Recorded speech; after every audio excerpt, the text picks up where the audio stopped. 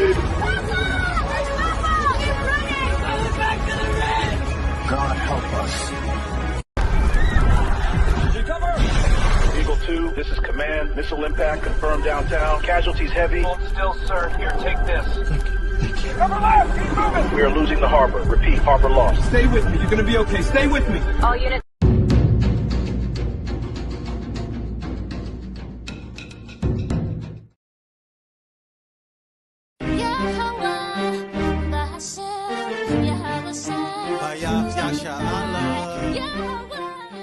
Hey, we remain faithful in temptation. Rejoice in tribulation. Demonstrate patience in every situation. Picking up the pieces to their heart restoration. People broken hearted and in need of salvation. Salvation.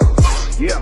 We in captivity. We done lost our history. Disconnected from his laws, now there's no integrity. Here's the book and let them see, because they dying in these streets. Walking in darkness, and where the carcass is, the eagles be. Walking in darkness, and where the carcass around us like vultures. Murder on their mind when they approach us. Let your light shine, watch them scatter like roaches. Babylon falling cause we taking back our culture. Heal our land, Abba now put us back in agriculture. This word burning them up, Romans is a flamethrower. We prophesy destruction, nukes coming, game over. International, continental, ballistic missile. Them bombs dropping like rain, no drizzle.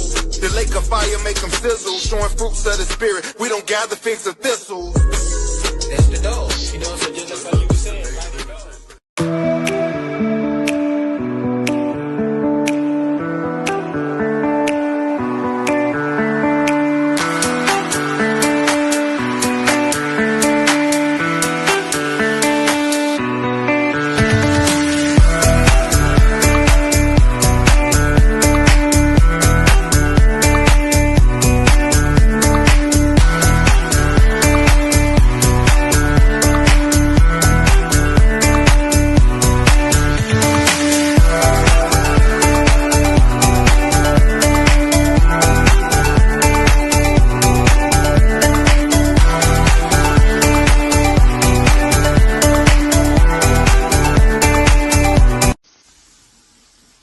Time it is. It's your boy Chef D Nail over here at Guess Who's Cooking. Good cooking, good eating, good living. Y'all know how we do it every Sunday about this time, man.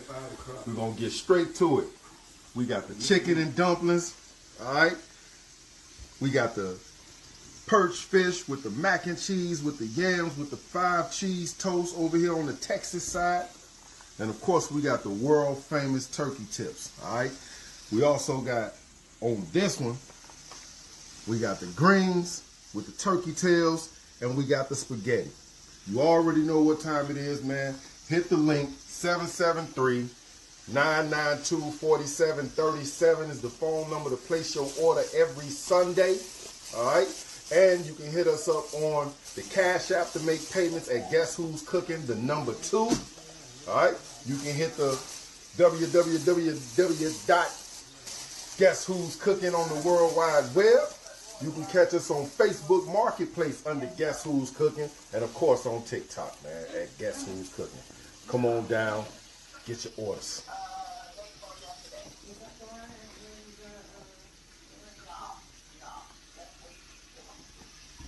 Give me shame, I give you peace from underneath. Give me mind and be a light to reignite.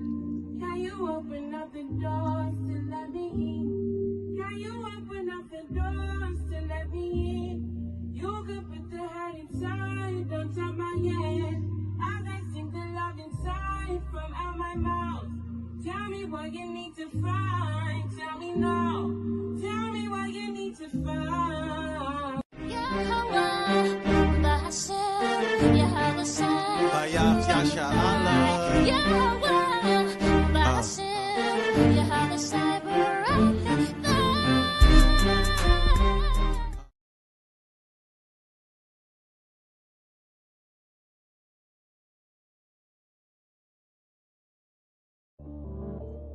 This the book of Job, chapter 11 and 14. If iniquity be in thy hand, put it far away, and let not wickedness dwell in thy tabernacles. I caught a demon in my house and cast it out on sight. That's why they hate on Yasharala, cause we shine that bright. Them other nations in the dark and we the children of light. Yeah, we the salt of the earth and yeah, we breaking the curse. And we rehearse the righteous acts cause we ain't trying to get murdered. And yeah,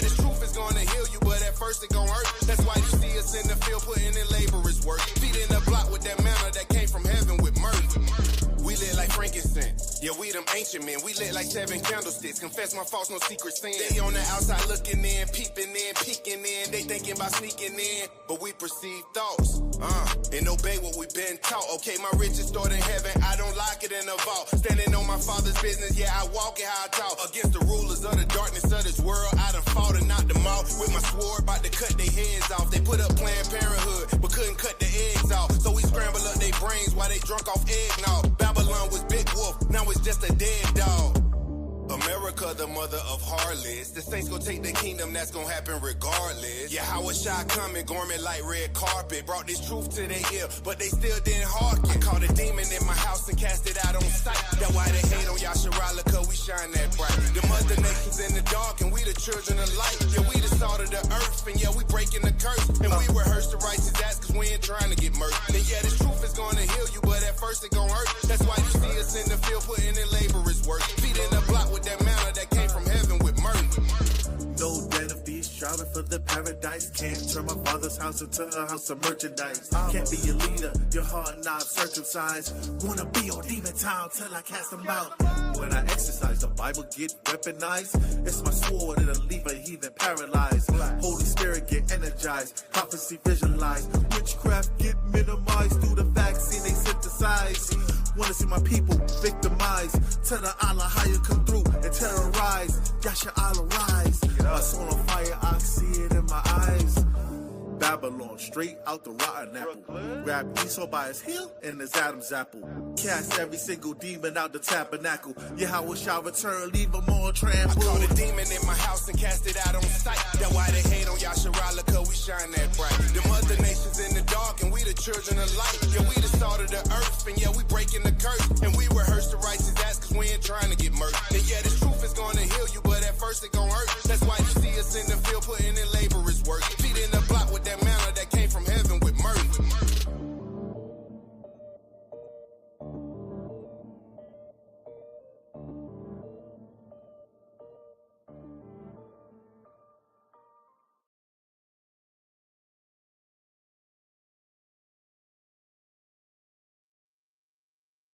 Shalom, can you hear me? Shalom, shalom. Shalom, shalom, shalom. All praises to Yahweh Shem Yahweh Shai. All praises, man. What a beautiful display that we have here, man. I'm just in awe at all the new stuff, man. You know, I'm old school, so this is beautiful. You know, seeing all these lovely things that we have going on. Shalom, everybody. Yahweh Shem Yahweh Shai Barakatah to the brothers. Yahweh Shem Yahweh Shai Shemartah to the sisters. You understand? First and foremost, we want to say to Abanawo, Yahweh Bahashem Yahweh Shai, I ask that he move me out of the way and that he take over and that he use me as a vessel. You understand? So that whoever needs to be touched or edified by this word, I pray that he does it. I move myself out the way. In Yahweh Shai's name, I do pray. Amen. Okay, let's get to it, baby. I mean, there's a lot going on out there. You know what I mean? Like, every day, it's like just from 20 years ago to 15 years ago, you used to get like a prophecy here and there. But nowadays, it's like prophecy happening every day. It's crazy. Like my brother on a class last night, it's time for them to come sit down in the dust. Now, my first lesson was that Yahweh took this war to earth. Yeah, man, this is part 2 of him taking this war to earth, because now he's going to make them take each other to war, and he's going to take the earth. You understand what I'm saying? All praises to Yahweh Shai.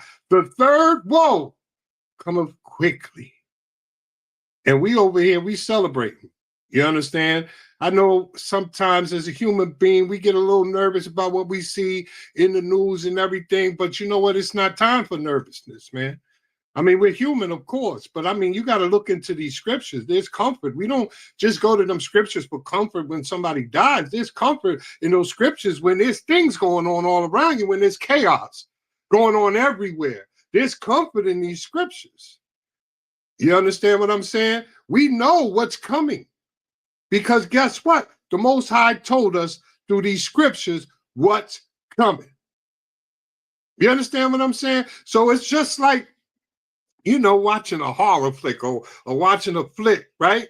And you're sitting up there and you maybe the first time you watch it, you jumped at that part, right? That's because you didn't know that little demon or whatever was behind the couch or behind the wall. But, reading these scriptures, I mean, all that we're seeing right now should not be a surprise to nobody. We all should be rejoicing because everything in the world right now that's happening is happening for Yasharala.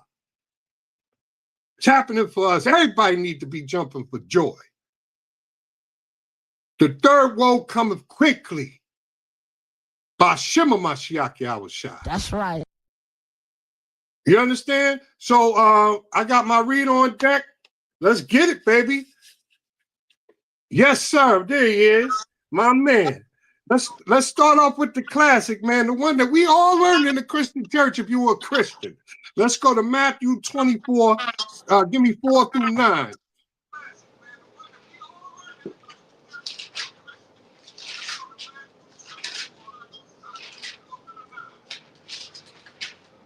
Take me off mute. You're off mute. This is the book of Matthew, chapter 24, verse 4. Come on. And Yahushua answered and said unto them, take heed that no man deceive you. Stop right there real quick. I wasn't even going to mention this because I want to go straight into the war. And I did have video on it, but you guys go look this up, right? There's this cat in Africa right now called Ibu Noah. All right.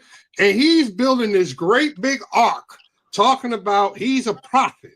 And he's prophesying that there's going to be 3 years of storms. 3 years. And he got this big old boat that he's building from scratch like Noah, because I guess he named himself Noah because he's prophet Ibu Noah. And he's sitting up there telling everybody he's doing that because it's going to be 3 years of straight rain. And, I tore that up last night when I was in Clubhouse, man. But I had to mention that, man, because, this clearly tells you that if you're into this word, nobody like that can come and fool you. He's telling you to be aware of this crap. You know what I'm saying? That's why he tells you to study thyself to be approved. Everybody needs to be into these scriptures. Everybody needs to be watching these prophecies. Everybody needs to be on point with what's going on in this book because you're seeing it every day happening in front of you. Read on. Verse 5. For many shall come in my name, saying, I am Christ. And come on. And deceive many. And ye shall hear of wars and rumors of wars. Stop See right that there. Ye be not troubled. Stop right there. These things. I don't think the brother can hear me. I think you got a delay or something, man. We're going to work through this. We're going to get the timing right, baby. Yeah, you see what he's saying? He's saying there's going to be wars and rumors of wars. Now, we already know what's going on, right? We got the wars and rumors of wars down there going on with the Palestinians and Iran, and now it's coming over here to Venezuela. You got Trump and them blowing up ships and fishermen ships and throwing extra bombs at them. Now they get ready to get brought up on war crimes. They're saying like this whole place is crumbling, man. But it's saying there's wars and rumors of wars. Now, what a lot of people may have failed to understand is that Venezuela is backed by who? Russia. It's backed by Russia. So when you touch them, you're messing with Russia. So now you got all of these ships going down there, and Russia's saying, hey, go ahead and touch them. Because it's all about the oil. Go ahead and touch them. You know what I'm saying? You're going to bring me in. And China also has a hand, but they play in the back. But when you see Russia, you see China. Read on. And ye shall hear of wars and rumors of wars. See that ye be not troubled. See that ye not be troubled. Come on. For all these things must come to pass. But the end is not yet. But the end is not yet. No matter what they saying, the end is not yet. There's an order to everything Yahweh, Bahashim, Yahweh Shai does. This is coming. Yes. World War III is coming. We've been hearing about this all our life. Armageddon. We've been hearing about this war all our life. I never in my life thought that I would be here to be talking about it with it being so close, because I see it in the scriptures and we seeing everything that we're seeing happening every day around us. I never thought that coming up. Oh, that's like the proverb that they talk about in Ezekiel 12, Ezekiel 12 and 21, where it says that, that's for a far off time. That's how I used to think till I started getting into these scriptures and I became a watchman, as the scriptures say. Become a watchman, meaning watch the signs, follow the commandments. You get a healthier understanding by following the commandments. When I was a Christian, I didn't understand half the stuff I did. Come on. Verse 7. For nation shall rise against nation, and kingdom against kingdom. Come on. There shall be famines and pestilence and earthquakes in diverse places. In diverse places. We already know we had a few of them up here in New York, New Jersey, Philly. The heck that happening from? We're not in Cali, you know. They just had a couple of big ones in Hawaii and everywhere. You got I covered it last time. Freaking 21 volcanoes going off in 1 week. That's shifting the earth. Most High is not playing. He's shaking this sucker like a rug, baby. And now he's putting the final touches on. He's going to make them cancel each other out. Read. Verse 8. All these are the beginning of sorrows. That's just the beginning. We in the beginning of sorrows, baby. That's it. Ain't no time to be fearful, man.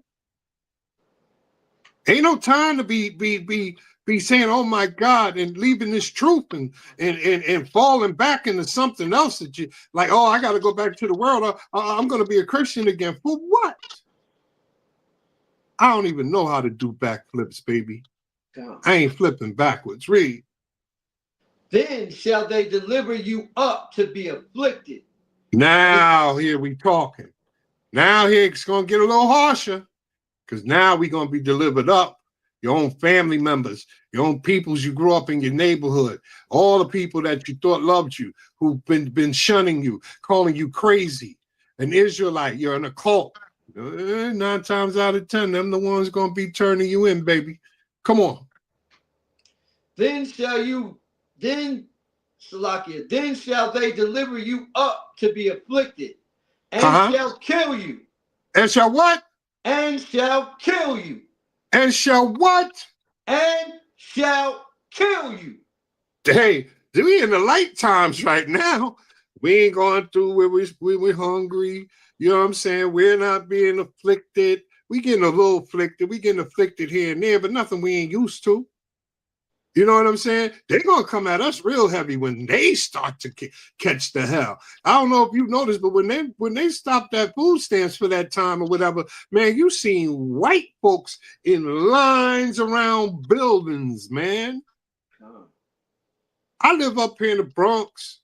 And yeah, you know, we always got that. You know, you got to prove people, I don't care if they need it or not, they're going to get in line because we're going to get that, right? But we know how to survive, baby. Watch what happens when that happens. We're going to be surviving. That's why I don't want to live nowhere near them bastards. You could put me in the hood anywhere. I'd rather be around my people when all this stuff is the fan. You understand? Right. That was 9, right? Con, let me get Jeremiah 51. Start at 46. We're going to go from 46 to 49. Jeremiah 51. But yeah, Israel, you know, I'm going to always say it. See, I'm going to give you the truth. I'm going to give you these scriptures. I'm going to give you prophecy, but I'm going to remind you that it's for you. I'm going to always tell you it's for you. We got to be uplifted in this time, man. Ain't you tired of this place? Oh, wait a minute. You know, I just got my hands on a bundle of money and I got this business venture and I'm about to buy this house. Nah, man. I want the mansion, man. I want to walk on the streets of gold, man. I want to sip wine with Yahweh Shai. I don't give a damn what I got down here. That's right. You understand, Yasharala? Stay on target. Let's go, baby. This is the book of Jeremiah, chapter 51 and verse 49. Bring it out. As Babylon has caused the slain of Israel to fall. They've been causing us to be slain, and we fell. Come on. So at Babylon shall fall the slain of all the earth. They're gonna fall just as hard, baby. Come on. Verse 50. Ye that have escaped the sword, go away. Stand not still. Remember the Lord afar off. And let Jerusalem come into your mind. Come on. We are confounded because we have heard reproach. Shame hath covered our faces, for strangers are come into the sanctuaries of the Lord's house. So I don't know. Did you skip something from 46 to 50, or did I miss something? Anyway, that's cool. But this is what's happening. I started at 49. I ain't started at 46. Okay, yeah, 46 to 49. I was like, oh, wait a minute. All right, let me we was gonna work with it, man. I was gonna make it work. You know what I mean? Because the word is the word, baby. Hey, but yeah, start at 46. All right, come. This is the book of Jeremiah, chapter 51, verse 46. Unless your heart faint, and ye fear for the rumor that shall be heard in the land, a rumor shall both come 1 year, and after that, in another year, shall come another rumor. Here we go. This is what he's talking about, these rumors and wars. Don't let your heart faint. You understand? 1 year it's going to come, then the next year it's going to come. But understand that it's going to happen. Don't lose faith. It's going to happen. Come on. And violence in the land. And violence in the land. It's going to go down. You understand what I'm saying? Go ahead. Ruler against ruler. Ruler against ruler. Come on. Therefore, behold, the days come that I will do judgment upon the graven images of Babylon. Yo, he's going to do judgment on all of these Muslim idols, all of these Marys and fake Jesuses. It's going to go down, baby. Come on. And her whole land shall be confounded. Her whole land's going to be confounded. Come on. And all her slain shall fall in the midst of her. And all her slain, because the Most High is going to slay things. He ain't coming down to talk, baby. He's taking this war to earth, and then the third woe's coming. We're going to get into that, baby. That's a part of his warfare. Come on. Verse 48, then the heaven and the earth and all that is therein shall sing for Babylon. Come on. For the spoiler shall come unto her from the north. Woo! For the spoiler shall come to her from the north. Come on. Saith thus the Lord. 49. Verse 49. As Babylon has called it the slain of Israel to fall, so at Babylon shall fall the slain of all the earth. There we go. What goes around comes around. They think they're getting away with it. They not. This is about to go down, baby. Yo, this is a time to be celebrating Yasharala. It's a time, man. Yo, the closer and closer we get, we know. According to the book of John, it says that it's going to be like a woman in travail. But you got to always, like when you see them horses in the street, you understand? And they walk and they got them blinders on. They can't get distracted from the side. They can only see what's in front of them. And they can't get spooked. Israel, stay on target. Pay attention to the end game. That's it on that, brother. Let me get Revelation 11. Start at 14. Give me 14 and 15. Revelation 11, 14, 15. We're going to start getting into it a little further now. You understand?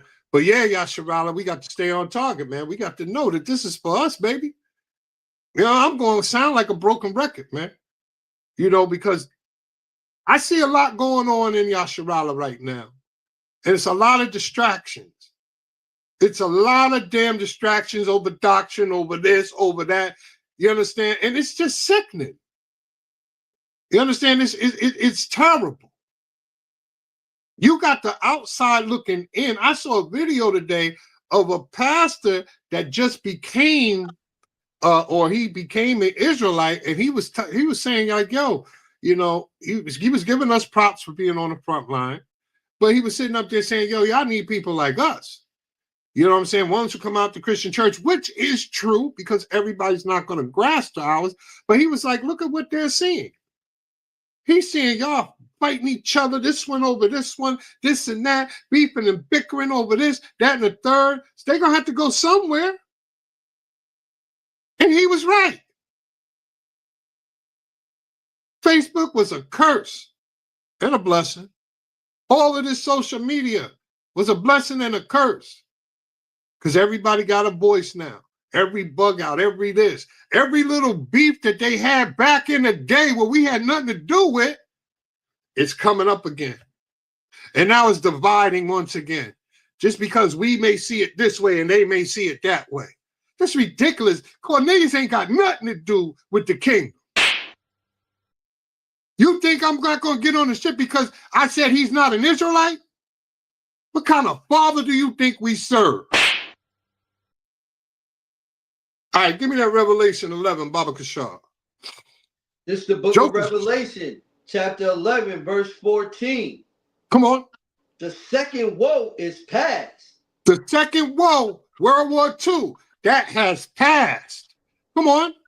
And behold, the third woe cometh quickly. The third woe cometh quickly. Stop right there, brother.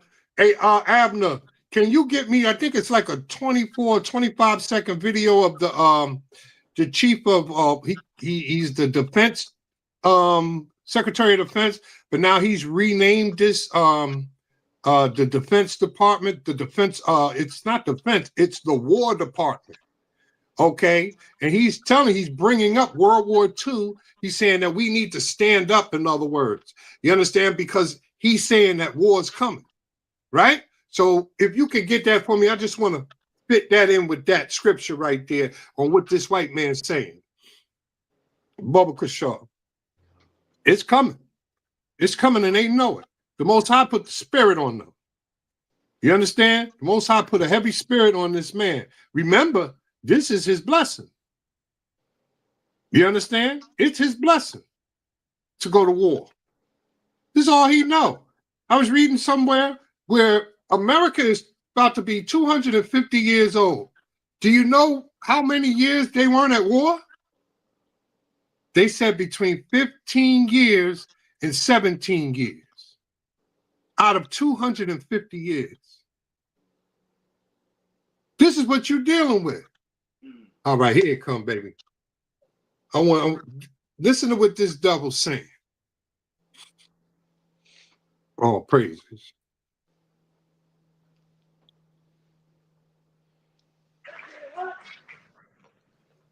Thank you, Mr. Chairman. Thank you. Please take your seats.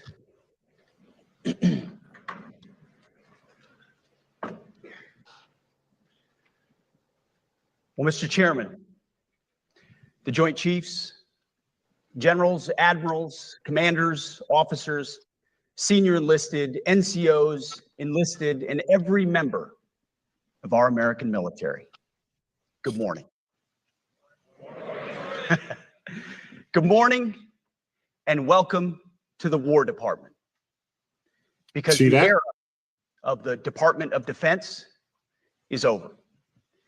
Oh. You see, the motto of my first platoon was those who long for peace must prepare for war. This is, of course, not a new idea. This crowd knows that. The origin dates to the 4th century Rome and has been repeated ever since, including by our first commander-in-chief, George Washington, the first leader of the War Department. It captures a simple yet profound truth. To ensure peace, we must prepare for war. From this moment forward, the only mission of the newly restored Department of War is this: war fighting, preparing for war and preparing to win. unrelenting and uncompromising in that pursuit. Not because we want war. No one here wants war. But it's because we love peace. We love peace for our fellow citizens. They deserve peace, and they rightfully expect us to deliver it. Our number one job, of course, is to be strong so that we can prevent war in the first place. The president talks about it all the time. It's called peace through strength. And as history teaches us, the only people who actually deserve peace are those who are willing to wage war to defend it. That's why pacifism is so naive and dangerous. It ignores human nature and it ignores human history. Either you protect your people and your sovereignty, or you will be subservient to something or someone. It's a truth as old as time. And since waging war is so costly in blood and treasure, we owe our republic a military that will win any war we choose, or any war that is thrust upon us. Should our enemies choose foolishly to challenge us, they will be crushed by the violence, precision, and ferocity of the War Department. In other words, to our enemies, F-A-F-O. If necessary, our troops can translate that for you. Another way to put it is peace through strength, brought to you by the warrior ethos. And we are restoring both. As President Trump has said, and he's right, we have the strongest, most powerful, most lethal, and most prepared military on the planet. That is true, full stop. Nobody can touch us. It's not even close. This is true largely because of the historic investments that he made in his first term, and we will continue in this term. But it's also true because of the leaders in this room and the incredible troops that you all lead. But the world, and as the chairman mentioned, our enemies get a vote. You feel it, I feel it. This is a moment of urgency, mounting urgency. Enemies gather, threats grow. There is no time for games. We must be prepared. If we're going to prevent and avoid war, we must prepare now. We are the strength part of peace through strength. And either we're ready to win or we are not. You see, this urgent moment, of course, requires more troops, more munitions, more drones, more Patriots, more submarines, more B-21 bombers. It requires more innovation, more AI in everything and ahead of the curve, more cyber effects, more counter UAS, more space, more speed. America is the strongest, but we need to get stronger and quickly. The time is now, and the cause is urgent. The moment requires restoring and refocusing our defense industrial base, our shipbuilding industry, and onshoring all critical components. It requires, as President Trump has done, getting our allies and partners to step up and share the burden. America cannot do everything. The free world requires allies with real hard power, real military leadership, and real military capabilities. All right, stop it right there. The War Department is tackling and prioritizing all of.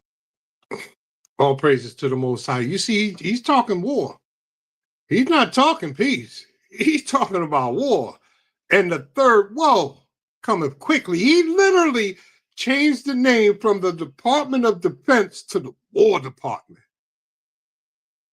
That double ready for war, y'all. All praises to the Most High. Let's go. Revelation 11, 14 and 15, Baba Kashaw. This is the book of Revelations, chapter 11, verse 14. The second woe is past. And behold, the third woe cometh quickly. The third woe, you hear him? He's ready for war. The only way we can have peace, this is how diabolical Esau is. You can't have peace, you know what I'm saying, by making a treaty and abiding by it. You got to have peace by taking people to war. Right. Yeah, it's diabolical, baby. Come on. Verse 15. And the seventh angel sounded, And there were great voices in heaven saying, the kingdom of this world are become the kingdoms of our Lord. That means when Yahushua come, he's gonna have that war, right? But when Yahushua come, he's coming to snatch all of that. You understand? He's gonna have all the crowns. He's coming to take the kingdom back. Now give me Revelation 16 and start at verse 12, because there's an order. Remember, like I was telling you, there's an order. If I go up further in this in Revelation, there's an order, you know, that you can go back and look at with the global warming from the 90s and everything, and it's all accumulating up to right now. But we're gonna get right into what we've seen just recently. Give me Revelation 16, 12 through 16, Baba Kushal. Come. This is the book of Revelations, chapter 16, verse 12. And the sixth angel poured out his vial upon the great river Euphrates. The sixth angel. There's 7 seals, but the sixth angel poured out his vial on what? The great river Euphrates. Come on. And the water thereof was dried up. Everybody knows, if you've been paying attention, that Euphrates is almost bone dry right now. If not, they said it was going to be bone dry by the end of this year. That's a heavy sign, baby. Come on. That the way of the kings of the east might be prepared. So that the kings of the east can be prepared to roll through. Come on. And I saw 3 unclean spirits like frogs come out of the mouth of the dragon. Out of the dragon, the red dragon, the white man. Come on. And out of the mouth of the beast. Out of the beast. Come on. And out of the mouth of the false prophet. And out of the mouth of the false prophet. Come on. For they are the spirits of devils. They're straight devils. The spirits of devils. Come on. Working miracles which go forth unto the kings of the earth and the whole world. They go forth to the kings of the earth. Come on. These spirits of devils. Come on. To gather them to the battle of that great day of God Almighty. See, that's what you're seeing happening right now. You understand? They're being gathered all over. If you remember what happened down there in the palace where Palestinians are, they started bombing them. The Muslim world got upset, you know what I'm saying, and started to throw bombs their way. Iran, everything, but behind Iran, you have Russia, you have China. They had started moving battleships in there. America moved battleships because who's behind the so-called Jews? You understand? America and Europe, right? So you had all of them. You had Pakistan standing up. You had India standing up, talking about we got nukes. You understand? This thing is going to be full-fledged. But always remember this. Every single one of them bastards touched us. So they're being pulled in for a reason. We'll get into it later. Come on. Verse 15. Behold, I come as a thief. Blessed is he that watcheth. Blessed is he that watcheth. Hold on. That's what we're doing right now. We're the blessed ones because we're watching the signs. Come on. And keepeth his garments. And keep his garments. Why does he say keep your garments? That means keep the commandments, and I'm going to explain further. Come on. Lest he walk naked, and they Lest see he walk his shame. naked and ashamed, right? So when you're naked, that means your sin. When you're ashamed, that means you're naked and ashamed, meaning your sin shows. You understand what I'm saying? You keep the garment. The garment covers up your sins. What is sin? Transgression of the law. That's why you know the garment is the law. That's right. Come on. Verse 16. And he gathered them together into a place called in the Hebrew tongue Armageddon. Armageddon. See, this is how it's happening. You seen the Euphrates dry up. After you seen the Euphrates dried up, then you're starting to see all of these wars and rumors of wars really amping up. You're starting to see real action happening. But it's not yet. But it's coming. And next, read the next verse, because once that Armageddon starts, what's the next verse? Read the next one. Come on. Verse 17. And the seventh angel poured out his vial into the air. Do you see how close we are? The seventh angel. Come on. And there came a great voice out of the temple of heaven. From the throne, saying, what? There was a great earthquake. But you go back, saying what? What did that angel say? Oh, Salakia. It is done. And it is what? It is done. It is what? It is done. It is done. This is how close we are. The Euphrates dried up. Now the wars are getting heavy. The kings of the east and everything is getting ready. They're gathering for war. Because the third war cometh quickly. But what's after the third war? It is done.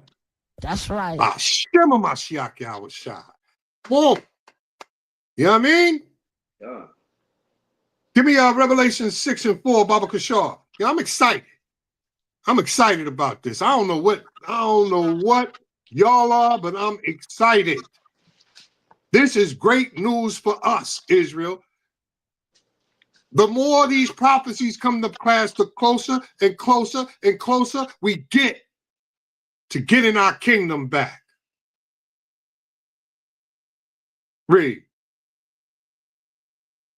Chapter 6, verse 4. Come on. And there went out another horse that was red. That was what? That was red. Come on. And power was given to him that sat thereon to take peace from the earth. To take peace from the earth. What's red? We know Esau's red. That's war. Esau took peace from the earth. He came over here and disrupted the peace that all the native tribes and everybody had peace with the earth, had peace with the sky, had peace with the sea, had peace with each other. And then this red devil came and brought war. That's it on that? That's 4?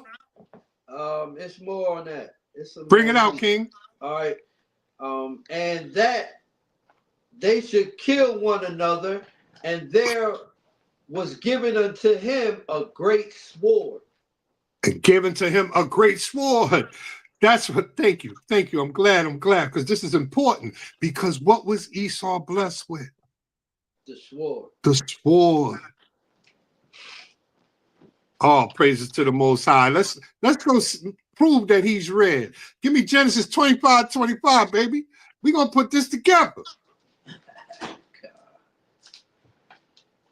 You know what I mean? We're going to put this together here. This horse was red, bringing war. Esau's what? Red devil. And all he does is war. I just told you. Y'all can look this up for yourself. How many years? Matter of fact, can you look that up? Type that in real quick. How many years was the United States, did they have peace when they weren't at war? Check that. Google that. What? When you get a chance, type that in, King. You're going to be surprised. I saw it. The states had peace. Out of 250 years, they talking about 17 years tops. These bastards wasn't in war, wasn't killing somebody, wasn't taking over somebody's spot, wasn't destroying the earth. And people want to save them. You want to save yourself getting rid of this joker. What's that say there? Can you enlarge that? Because I can't really see it. I'm on a phone. Wait. Can the audience see it? All right, light that up again, King, because I can see it now. If you lighten it up, okay.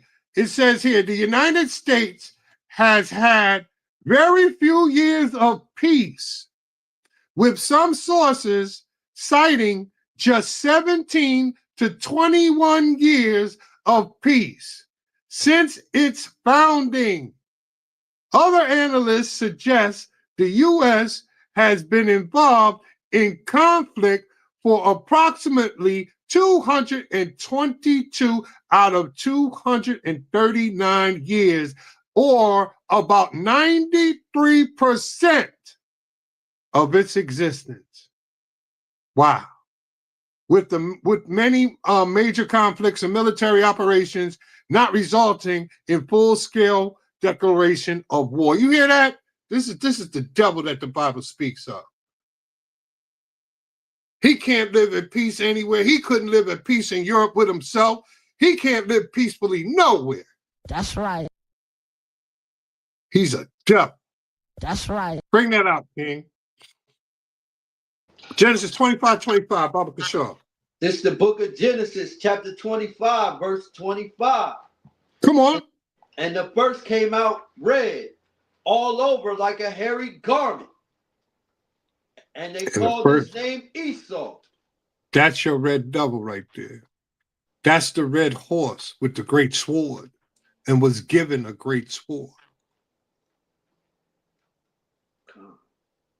All praises to the Most High. Now, give me Genesis 27, 39 through 40, Baba Kishar. We're going to still deal with Esau, and now we're going to see what his blessing was. We got to put this together, man. This is the book of Genesis, chapter 25, verse 27. Come on. And the boys grew, and Esau was a cunning hunter. He was a cunning hunter. Come on. A man of the field. Uh-huh. And Jacob was a plain man dwelling in tents. Hold on, King. Where you at? Are you in Genesis 27? I need Genesis 27, verse 39. And yeah, kind of. All right, I gotta slow down sometime. That's that New York in me, baby. I guess, man. I be talking mad fast, and I get excited when I'm bringing out this word, brother. All praises. Yeah, sorry if I wasn't clear. Right, this is the book of Genesis, chapter 27, verse 39. Uh-huh. And Isaac, his father, answered and said unto him, Behold, thy dwelling shall be the fatness of the earth, uh-huh, and of the dew of heaven from above.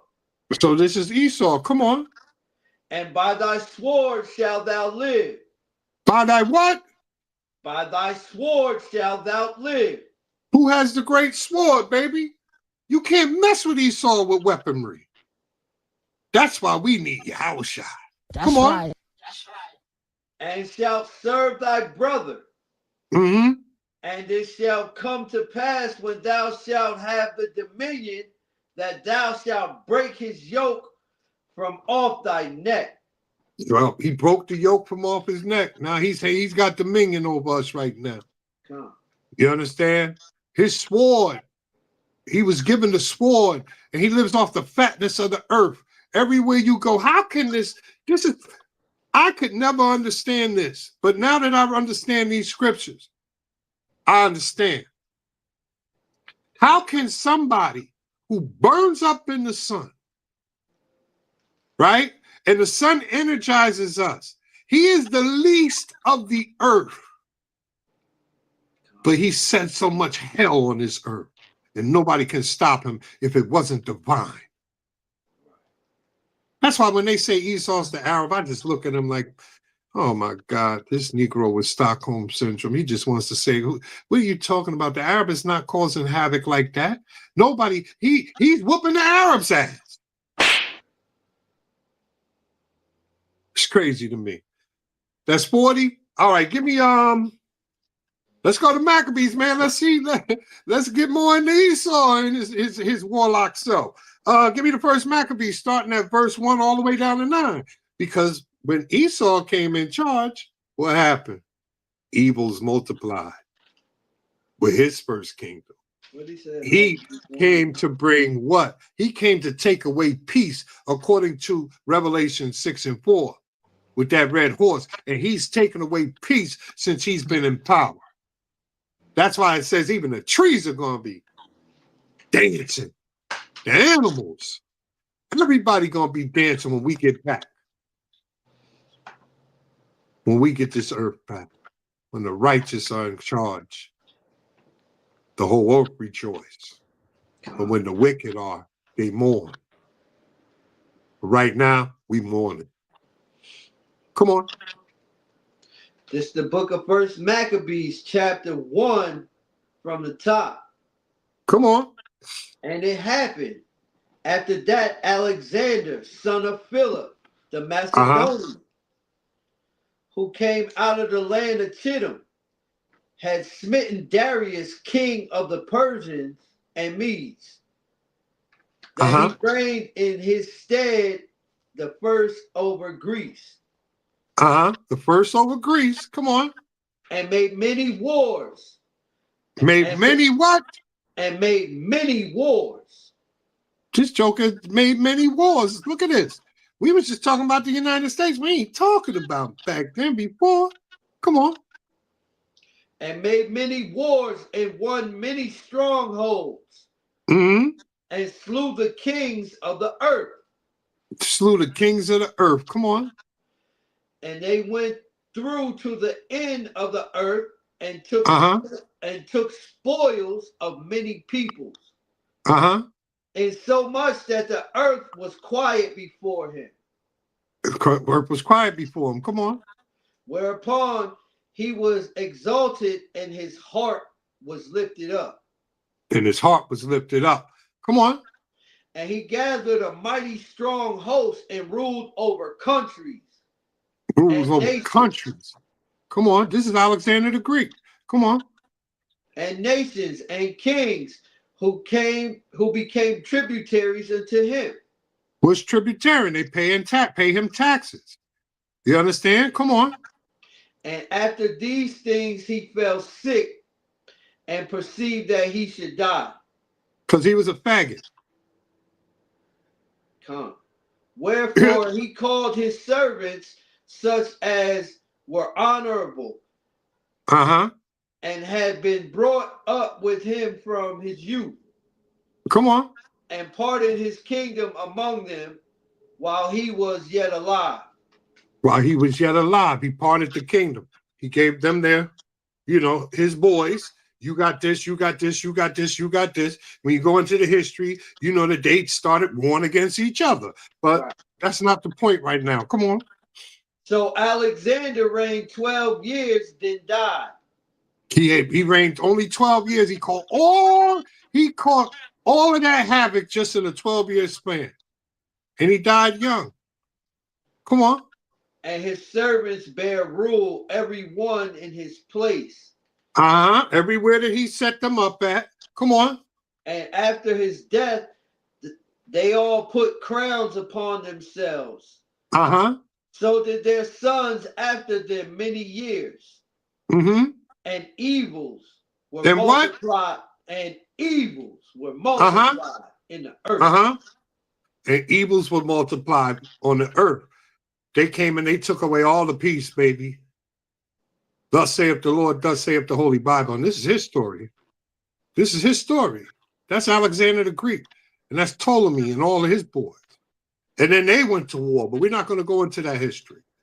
You understand? Hey, listen, get that film where he's going down and messing with Venezuela. Matter of fact, get the article. I'm sorry. Give me the article where they're messing with Venezuela, and they made that so-called oops, and it's a war crime now. They're talking about bringing them up on war crimes, but Trump and them don't care. But this is what's going on. This is what's going on in the end. It's crazy, but it's all a part of the Most High's plan. It's all his doing, because it's the Most High that controls the kings of the earth, right? Hey, give me that in Proverbs real quick. Proverbs 21:1. Let's prove that. You know, the Most High is controlling all of this. You know? The Most High is in control. All praises to Yahweh Shem Yahushua. That's why I say rejoice, Yasharal. It's time to rejoice, baby. Most High is holding it down. And he's revenging. He said vengeance is his. And this is how he's getting it. Bring that out, King. This is the book of Proverbs, chapter 21 from the top. Uh-huh. The king's heart is in the hand of the Lord. Meaning his mind is in the hand of the Most High. Come on. As the rivers of water, he turns it whatsoever he will. So he controls it. He got Trump doing it. Whatever he wants. Trump, do this. Trump, do that. Do you realize how much prophecy Trump has? Y'all everybody should have voted for Trump. Even though we don't vote. Everybody should have voted for that nigga. He has done more damage and brought more prophecy than any of these devils, man. All praises to the Most High for putting Trump in office so he can fulfill what he wants him to do. People all running around here, oh, Trump, man, let Trump do his thing, man. Most High controlling him. You know what I'm saying? And hopefully, our people won't just blame Trump.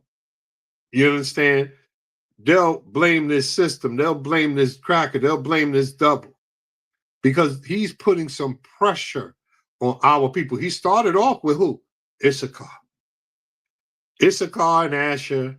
And you had Judah sitting back like, yeah, it's your turn. But now, what did Judah think? Judah thought that it wasn't going to come on him. It's coming on him now. But now what you're going to start seeing, what I'm seeing, I like to read the comments of certain things, like when you'll see a Mexican, so-called Mexican fighting a Judite, they go on to war, and then you would see in the comments, he whooping his this and that, and they want to talk that war shit. But now I'm seeing something different now. That's what I'm seeing. Yo, we don't need to be fighting. Black and brown. We need to be coming together. We need to be coming together to fight our real enemy. That's what persecution does. You understand? See, we are stiff-necked people. And the only thing we understand, man, is pain. And the Most High is unleashing it. Why you think he says, I put you through the fire? You think he's used that for just a metaphor? No, he burns the hell out of you so you get it, because you're a stiff-necked people. If he'd have came to you, if he'd have came to the Caucasians, if he'd have came to Moab and said that we were the best people on earth, they would just do it. Not us. Not us. Nah, we just came through the Red Sea. And then we went and put up a cap. I mean, what else the Most High? I mean, the Most High did everything. He gave, man, when you go into the book of, man, my mind's going all over the place, baby. When you go into the book of Wisdom of Solomon, and he's talking to you about what he did, Wisdom of Solomon 17, oh my God, the 3 days of darkness, he had apparitions, ghosts, all of that shit, scaring them to death, and they couldn't even flick a light. And this is what the children of Israel witnessed, our people. And we still want to do what they do. All praise to Yahweh Shem Yahushua for us that are waking up. I just want us to do better in Israel. I want us, and I'm going to keep talking about it, the sensationalism is bullshit. You know what I'm saying? Because at the end of the day, you could talk that shit, right? You could talk that sensational crap. You could talk about Cornelius. You could talk about this, that, and the third, because ain't no true pressure coming on you. What you think they're going to do when they start kicking down our doors? Do you believe Cornelius was an Israelite? Come with me. Dumbasses. My people, man, I'll be confounded, man, on the pettiness of us. Oh my God. What you got for me? I didn't give you something. I'm waiting for my man. He coming up with that article? I did, Salaki. I got Wisdom of Solomon, chapter 17. You was just touching. You wanted to go into that a little bit? I mean, you might as well while we waiting. Okay, hold on. Here go the article. All right, we can get that though. Can you see that article, brother? Or you want me to read it? I can't see it. Okay. Trump struggles with Venezuela. Dimala, I can't pronounce his name. Maduro digs in and storm builds at home over potential war crimes. So it's good. They're wicked as hell. So they did something foul. So now they get ready to get dealt with, possibly, which they'll get away with it. War crimes. Right. Trump gathered top national security officials and aides at an Oval Office meeting Monday, even seeking to define next steps in a showdown now slipping out of his control, both inside the impoverished, oil-rich nation and in Washington. Before the talks, President Nicolas Maduro, the Venezuelan dictator, look at him, do you see how they call him a dictator?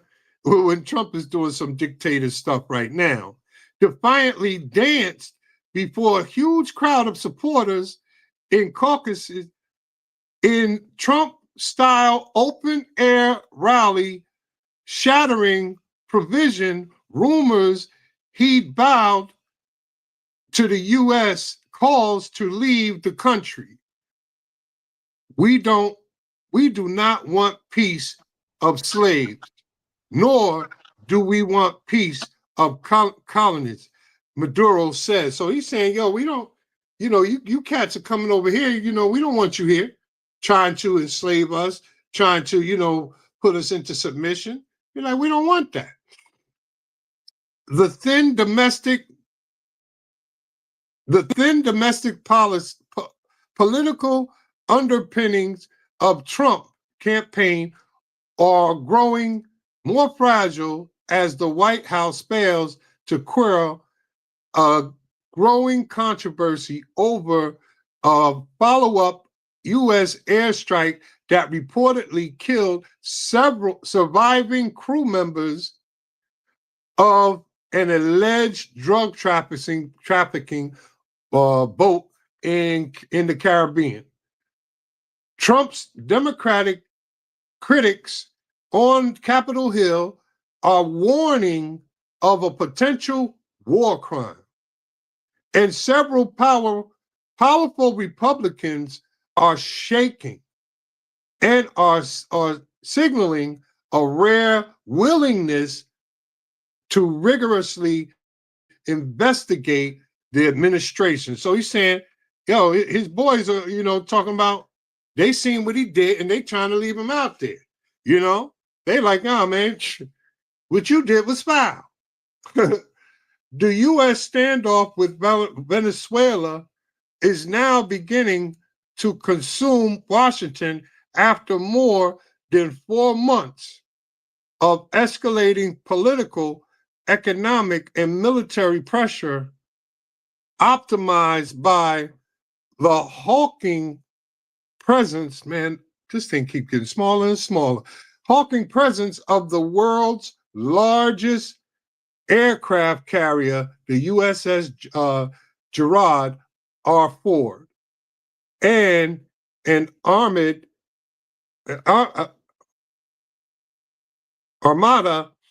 of U.S. ships in the waters of Venezuela. So they're surrounded.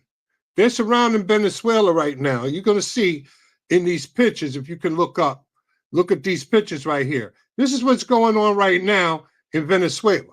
You see that? Little old Venezuela. You got all of this going on. This is what the U.S. is doing because they want that oil.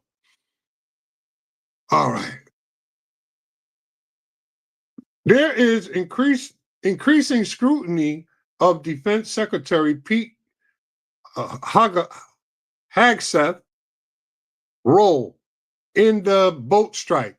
The former Fox News anchor was a controversial pick to run the Pentagon, and his lack of experience, abrasive manner, and rejection of some of the military ethical and legal safeguards in threatening to make him a political burden for the president as Democrats demand his resignation. So that's the guy that we saw earlier, talking about he changed it from defense to war, the War Department. You can see he's so arrogant, it's crazy. The Most High setting it up, baby. You gotta love it. Yo, he putting the proper pieces in order. But more broadly, Maduro's defiance is presenting Trump and Hegseth, the chairman of the Joint Chief of Staff, Dan Kane, Secretary of State Marco Rubio, and other top officials expected at the Oval Office meeting with the deepening strategic dilemma. You bring that up? Strategic dilemma, Shalakia. My eyes aren't prepared. Trump is talking a big game. Is that it on that? Can't be. On Thursday, he threatened attacks on drug cartel targets on land in Venezuela would begin very soon. So he's talking about going in on land now. You know what I'm saying? But Russia's saying something else. I don't know if it's in this article, but we'll bring up because Russia's saying, hey, watch your step, Salaki. Come on. I can read it for you. Yeah. Thank you, because I can't see a damn thing.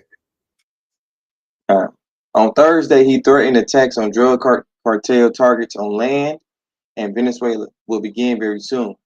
He declared on Saturday the country's airspace should be considered closed, though Venezuela says it's still receiving communications from Washington about deportation flights. Maduro has gone nowhere. The U.S. president, who has been sensitive in the past to any suggestion he chickens out, after making threats, must now consider whether his saber rattling is beginning to lack credibility without a demonstration of military force that would draw him into an overseas conflict. Maduro defined U.S. options to lead. Washington hopes that his military buildup so rattles Maduro that he accept exile overseas or that an inner circle generals topple him. Trump confirmed Sunday he spoke to Maduro by phone recently, but the Venezuela strongman stayed put. Venezuela opposition political David Samansky told Jim Sakato on the brief on CNN International Monday that Maduro has previously been given options by United States to leave the country. So they're trying to kick him out of his own country. They want that all bad. They're back there lying about drugs. It's just an excuse. They don't care nothing about drugs. How many drugs they let up in here? I mean, how we especially us in the 80s, from the 80s and everything, we can go back into the history books and tell you how many dealings that who was it? What was it? The Contras, where they were selling cocaine for guns down there in Nicaragua. They had all that coke come in the 80s and everything. The crack epidemic, all of that. This country doesn't give a damn about drugs. What do they want? They've been wanting that oil down there. Come on.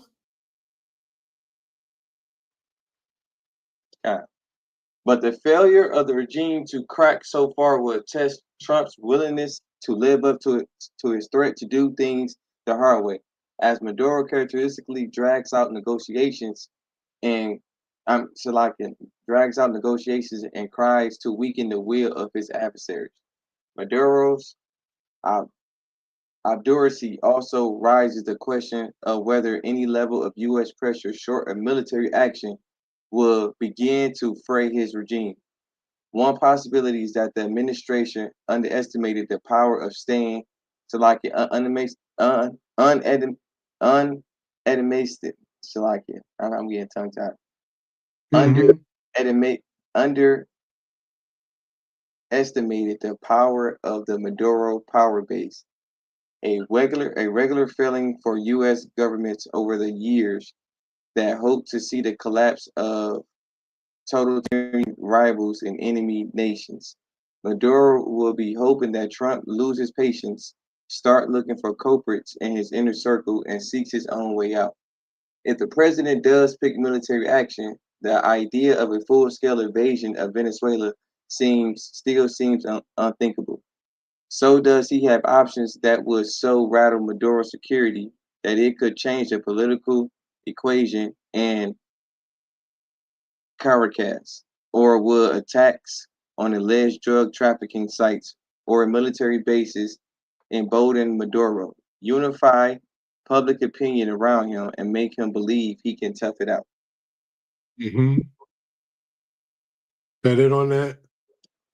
Got a little bit more? Okay. The choices facing Trump are especially stark because a largely peaceful ouster of Maduro that delivered freedom to millions of Venezuelans after 2 decades of dictatorial rule and a restored democracy will be a foreign policy Trump. It will also send a message of U.S. power and intent to other U.S. foes in the region, including Cuba, and show China and Russia, which try to create regional influence and disruption, that Trump rules his geopolitical background. A successful Venezuela strategy could confound establishment foreign policy crisis, just as Trump did by bombing Iran's nuclear plants earlier this year, a gamble that was more successful and triggered fewer dangerous consequences that many experts had feared. But if the Maduro survives the U.S. troop buildup and intense pressure, he'll deliver a devastating statement of his own to Trump. The president's authority will ease. Autocrats in Beijing and Moscow, who he loves to impress, will take note. Presidents who recall aircraft carriers, battle groups from Europe and station them off Latin America amid belligerent rhetoric tend to create such credibility tests for themselves. That's it. This was really an effort, I think, to signal and to try to scare the Maduro government and Maduro himself into leaving or overthrowing him if he refused to go. That hasn't happened. Christopher Sabatini, senior fellow for Latin America at Chatham House in London, told CNN's Isa Soros, "It's a do or die moment for Donald Trump. Does he try to de-escalate?" Sabatini went on, "He got himself in a box. Does he continue to double down, or does he try to find some sort of negotiated exit, not only for Maduro, but also for himself, declaring victory and moving on? We don't yet know what Trump is willing to risk to reach his goals in Venezuela.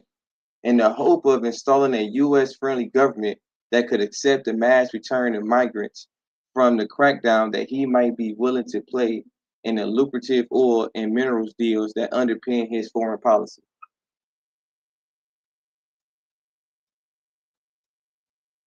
Almost there. Vast U.S. firepower in the Caribbean could inflict catastrophic damage to Venezuelan infrastructure, or what the administration describes as drugs operation. even if mostly fentanyl that the U.S. have used as justification in its tactics into the U.S. through Mexico.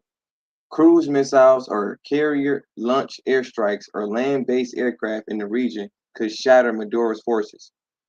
But any U.S. losses or inadvertent civilian casualties could backfire on Trump and cause a political disaster at a time when polls show overwhelming numbers of American opposed military action in Venezuela.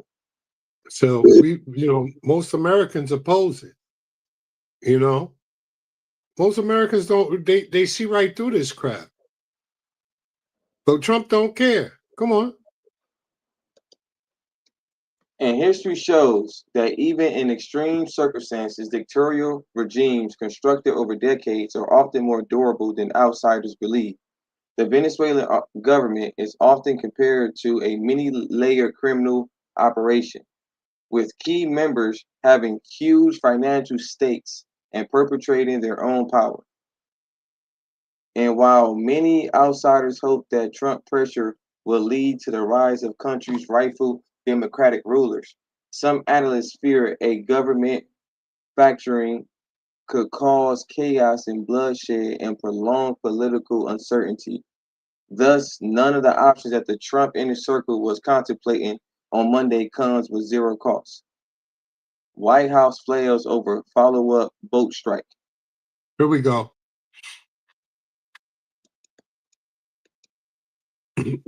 As a grapple for a clear military strategy, the administration struggled to repel growing criticism over the September 2nd boat strike in the Caribbean that has raised alarms over possible infringements of U.S. and international law.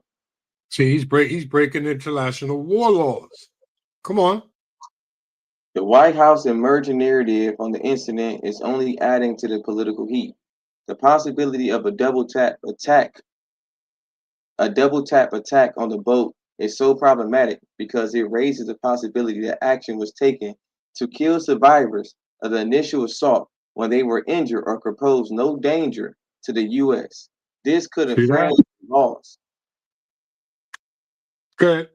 This could infringe the laws of war or the Geneva Conventions. Hegseth initially blasted such reports as fabricated, inflammatory, and derogatory, and designed to discredit U.S. soldiers. On Sunday, Trump reacted to a Washington Post report that Hegseth gave an order to kill everybody, saying his defense secretary said he did not say that. But he also said that he personally would not have wanted a second strike. White House Press Secretary Caroline Leavitt then confirmed on Monday that there was a second strike.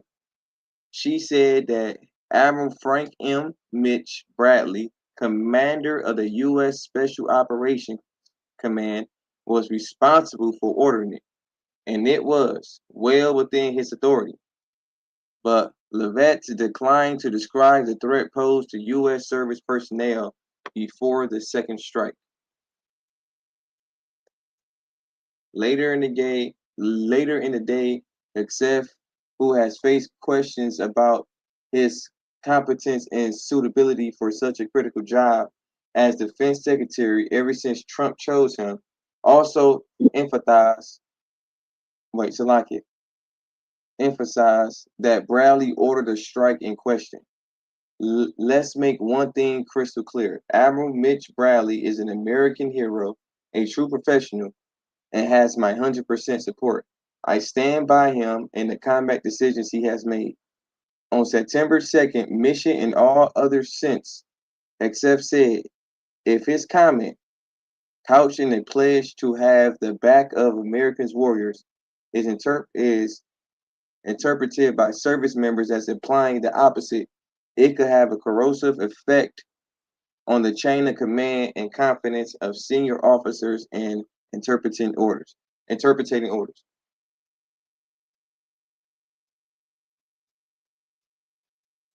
Politically, the administration strategy should be to consistently repeat that Trump and Hegseth had themselves declared that they have legal authority for attacks on boats carrying narco-terrorists. But this approach ignores profound legal critiques of their actions and authority. And the White House has refused publicly to lay out the legal justification and evidence for such attacks that is contained in a classified Office of Legal Counsel finding. Democratic senators who've seen the document had described it as sloppy and problematic. In a sign of administration anxiety over the mounting furor, Levitt said Hegseth spoke to lawmakers who expressed concern at the attack over the weekend, but Democratic Republican Ro Kahana told CNN's Casey Hunt several of his GOP colleagues were mortified over reports about the double tap strike. He called on Hegseth and Bradley to appear before the Armed Service Committee to explain orders they gave. It could be that they both violated the law. Kana said the American people deserve answers. American people deserve answers. Yeah, we might as well finish that off. I was going to say cut it off, but go ahead and finish it off. On Sunday, Rep. I don't know if that Republican or Representative. Mike Turner, an Ohio Republican who serves on the House Armed Service Committee, told CBS that if the double tech strike occurred as it has been described, it will be an illegal act. He told CNN's Evan Burnett on Monday that the report diverges specifically from the legal opinion where we provided, and it of course plays into the very concerns that members have. The fact that these strikes are occurring at all. Accepting Bradley aside, overall responsibility for this mission lies with the commander-in-chief. Trump is being pulled deeper into a Venezuela morass that he created, and he seems to have few good options in Washington or Caracas to get out of. It's like this screen kind of small too. God, no, the water, man. You helped two older brothers out, man. Shoot, my eyes, man. I was over there having a hard time, but you know what I'm saying? You see what's going on here, right? You know, these jokers are doing what they want down there, and now they're doing war crimes and everything. This is the whole world's looking at this. This is World War III mixing up. You understand? Because like I said, who's backing that but Russia? If you remember when Venezuela fell, you understand, when they fell down and their money was all in the street, who came in and you know, helped them out or whatever. You know, it was just a move to get to that oil, but it was Russia. So Russia gave them money to build up the economy. So did China. So they have stakes in that. You understand what I'm saying? They have a lot of stakes in what's going on down there. So they're not just going to let Trump just mosey on in there and start taking the oil that they've been, you know, nurturing, for the lack of better words. All right, listen, give me the water for that, man. I appreciate that. Give me Proverbs 4, 16, and 17, Baba Kishar.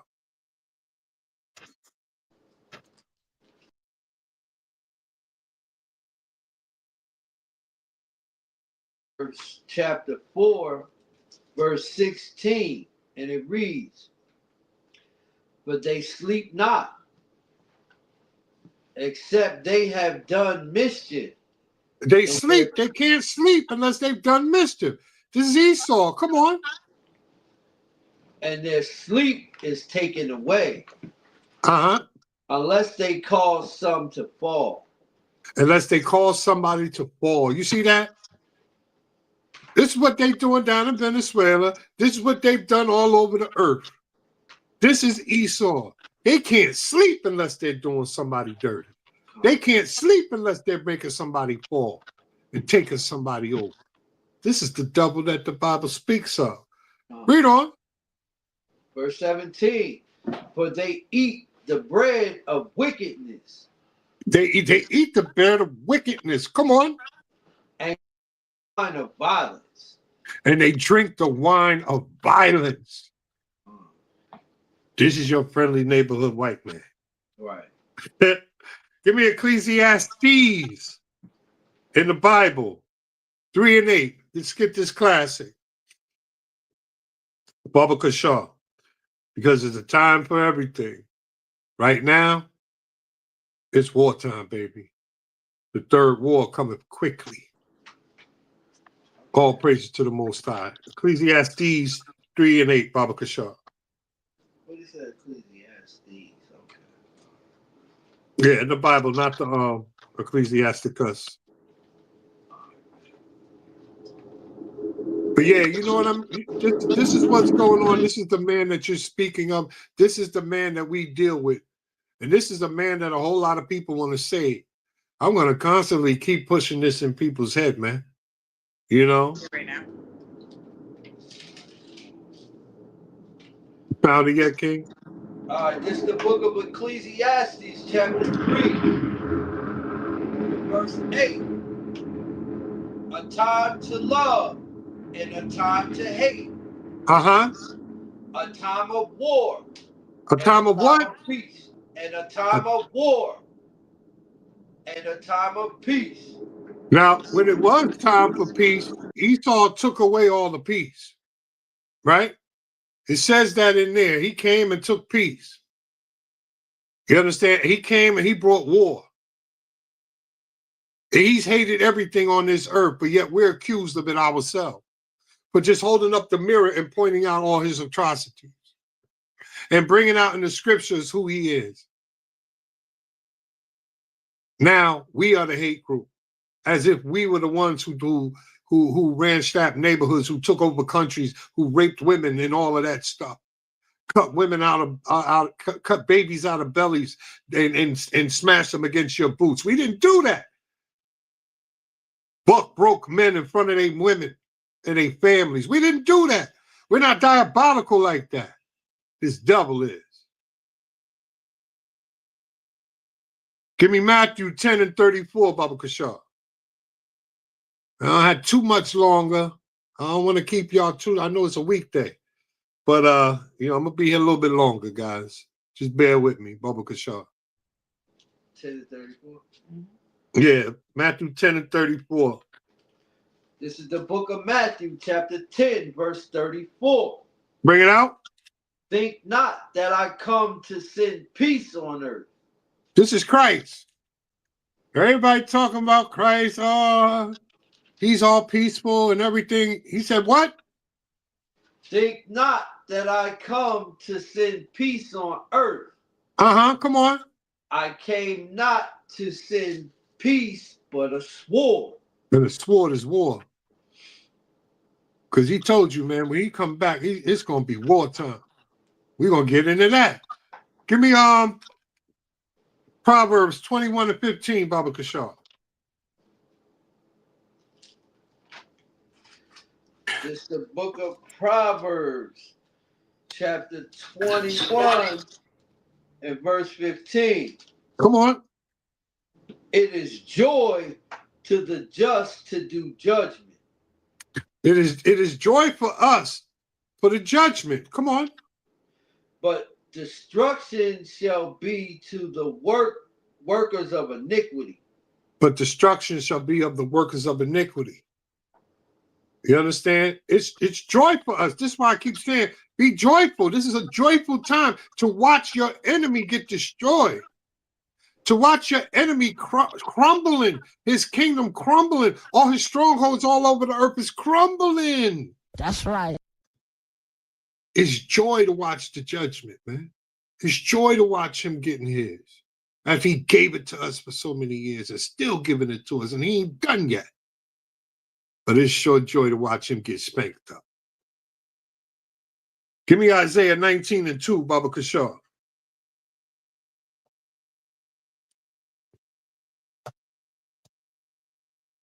Isaiah 19, verse 2, Baba Kashaw. Yeah, it's a joy, man. This is why I keep trying to, tell our people, this is a joyous time. It might be a little scary, but it's joyous. It's a joyous time, man. It's a great time to be alive. All the ancestors, all the prophets, man, they wanted to be here, because they wanted to see the kingdom come back into the hands of Israel. And right now we are close. I'm not saying I know the day of time. Nobody here knows the day of time, but we can be watchers, and we're supposed to be watchers. We're supposed to watch the sign. That's why we're blessed, because when we see these signs happening, we work on ourselves and stop worried about other people's doctrine. You understand? You work on yourself so that you can be without spot or blemish, instead of causing havoc within the community. Israel just doesn't get it. They read these scriptures for what? Come on. Chapter 19, verse 2. Come on. And I will set the Egyptians against the Egyptians. The Egyptians against the Egyptians. Remember, we are what? We are in second Egypt. So he said he's going to set them against each other. And that's what you're seeing, the Democrats and all of that. Everybody's going crazy. Everybody hates Trump, this, that, and the third. You understand? The Egyptians are fighting the Egyptians. Come on. And they shall fight everyone against his brother, and everyone against his neighbor. And everyone against his neighbor. You understand? This is the Most High's doing. He's doing that. He said, I will set them amongst each other. Remember, he said what? A kingdom can't stand unless they're together. If they're divided, they're going to fall. So the Most High is dividing them. He's putting them spirits on them and dividing them and conquering them as they do everybody else. But this is the Most High God doing it. Let's get Second Chronicles, man. Second Chronicles chapter 20. Because he's going to show you how he did this here. And then this is going to go into what? The Valley of Jehoshaphat. This all connects, man. All connects. All praises to the Most High. This is coming right back to Armageddon. But we're going to see what he did beforehand. And then we're going to look at what he did, and we're going to look at what our ancestors did. Because our war is what? It's not of flesh and blood. Our war is to fast. Our war is to pray. Our war is to love one another. That's what we got to do, and love our God. When we got out of Egypt, we didn't have to lift a finger. Most High God terrorized them Egyptians, and they killed them all off. That's right. Come on, let's start with that. Start at 1. Let's go through this, 1 through 25. This is the book of Second Chronicles, chapter 20, from the top. Come on. It came to pass after this also, that the children of Moab and the children of Ammon, and with them other beside the Ammonites, came against Jehoshaphat to battle. So they came against the king Jehoshaphat. Okay? It was the Ammonites and Moab, which we know as who?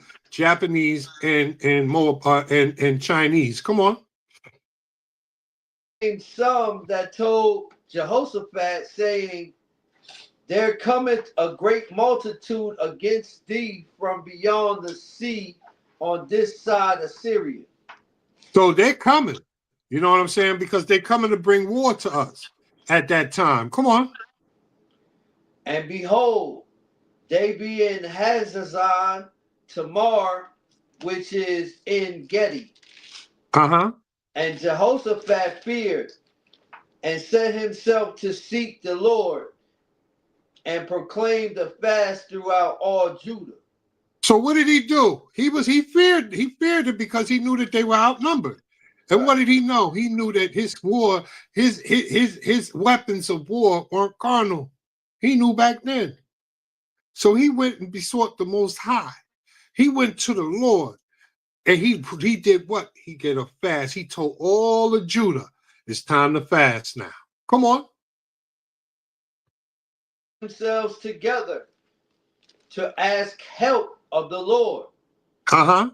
Even out of all the cities of Judah, they came to seek the Lord. All of them, all of Judah came to seek the Lord. Come on. And Jehoshaphat stood in the congregation of Judah in Jerusalem, in the house of the Lord, before the new court, and said, O God of our fathers, art not thou God in heaven? And rulest not thou over all the kingdoms of the heathen? He said, you rulest all the kingdoms. Come on. And in thine hand is there not power and might? He said, you are powerful and mighty, Yahweh. Come on. So that none is able to withstand thee? Nobody can mess with you, Yahweh. He's talking to him. Like, Dad, what's up? Come on. Art not thou our God? Aren't you our God? You chose us. Come on. Who didst drive out the inhabitants of this land before thy people Israel? Come on. And gavest it to the seed of Abraham, thy friend forever? Now, I want you to notice something. He's not belly aching. He's not crying. Asking why? Why did you send them around us? Why are we being surrounded? He said, nah, ain't you the God who rescued us before? Ain't you the God who did this? Ain't you mighty this and that? That's how you pray. You reverence him. Come on. Verse 8, and they dwelt therein and have built thee a sanctuary therein for thy name, saying, come on, if when evil cometh upon us as a sword, judgment, or pestilence, or famine, we stand before this house and in thy presence, for thy name is in this house. Come on. And cry unto thee in our affliction. And cry unto thee in our afflictions. Come on.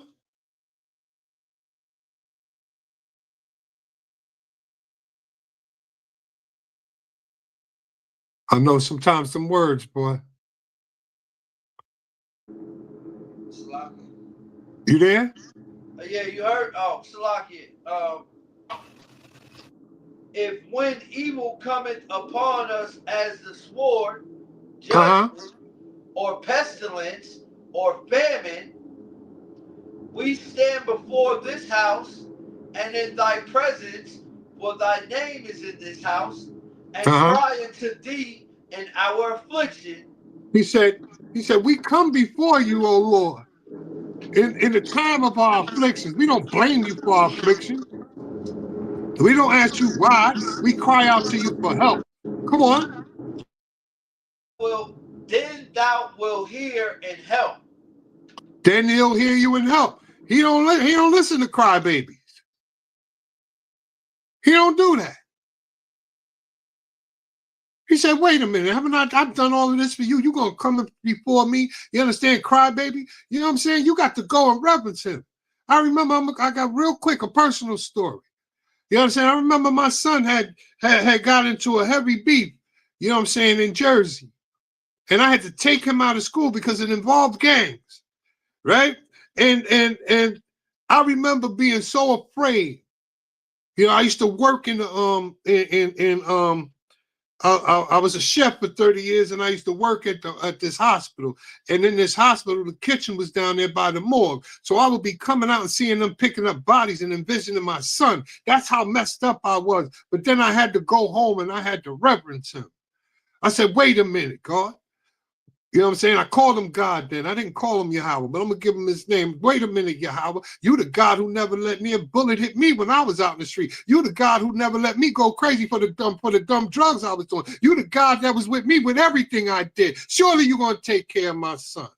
That's right. That's how I had to go before him. And that's what you see going on right now. And I'm going to tell you the end of that story. It was a year later. My mom lived in the enemy territory. I'm walking down the street on a spring day.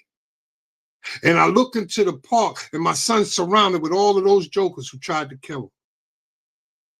And then I heard in my spirit, I prepare a table before thine enemy. That's right.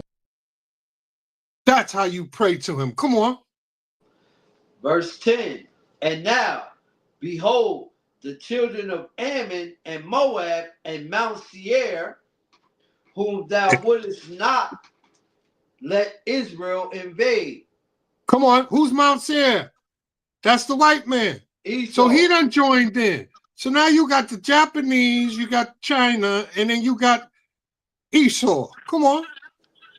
When they came out of the land of Egypt, but they turned from them and destroyed them not. Behold, I say, how they reward us to come to cast us out of thy possession. They coming to rob us. They coming to cast us out of our possession. They coming to take over. That's what Esau and them do. Come on. Which thou hast given us to inherit. You gave this to us, Father. Come on. O our God, wilt thou not judge them? Are you not going to judge them? Come on. For we have no might against this great company that cometh against us. We can't deal with them. We can't beat them. We need you, Father. We can't do this without you. Come on. Neither know we what to do, but our eyes are upon thee. Come on. And all Judah stood before the Lord with their little ones, their wives, and their children. They little ones, their wives and children. Everybody was out there reverencing Yahweh. Come on. Then upon Jehaziel, the son of Zechariah, the son of Benaiah, the son of Jeiel, the son of Mattaniah, a Levite of the sons of Asaph, came the Spirit of the Lord in the midst of the congregation. So then he heard them, and the Spirit came down, swoosh, amongst them. Come on. And he said, hearken ye, all of the Lord, all of Judah, and ye inhabitants of Jerusalem, and thou King Jehoshaphat.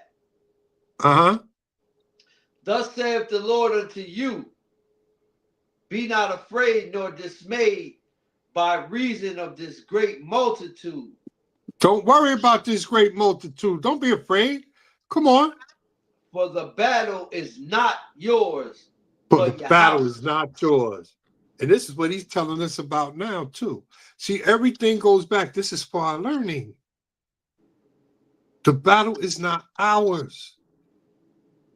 We got to reverence him. We got to follow the law, statutes, and commandments. We got to come together and stop beefing. Man, woman, children. All of them came in one accord and they asked Yahweh for help. This was for our learning. Come on. Said, be not afraid nor dismayed by reason of this great multitude, for the battle is not yours, but God's. Come on. Tomorrow go ye down against them. Behold, they come up by the cliff of Ziz. And ye shall find them at the end of the brook, before the wilderness of Jeruel. So the Most High is telling you where they're going to be at. He said, that's where they're going to be at. Come on.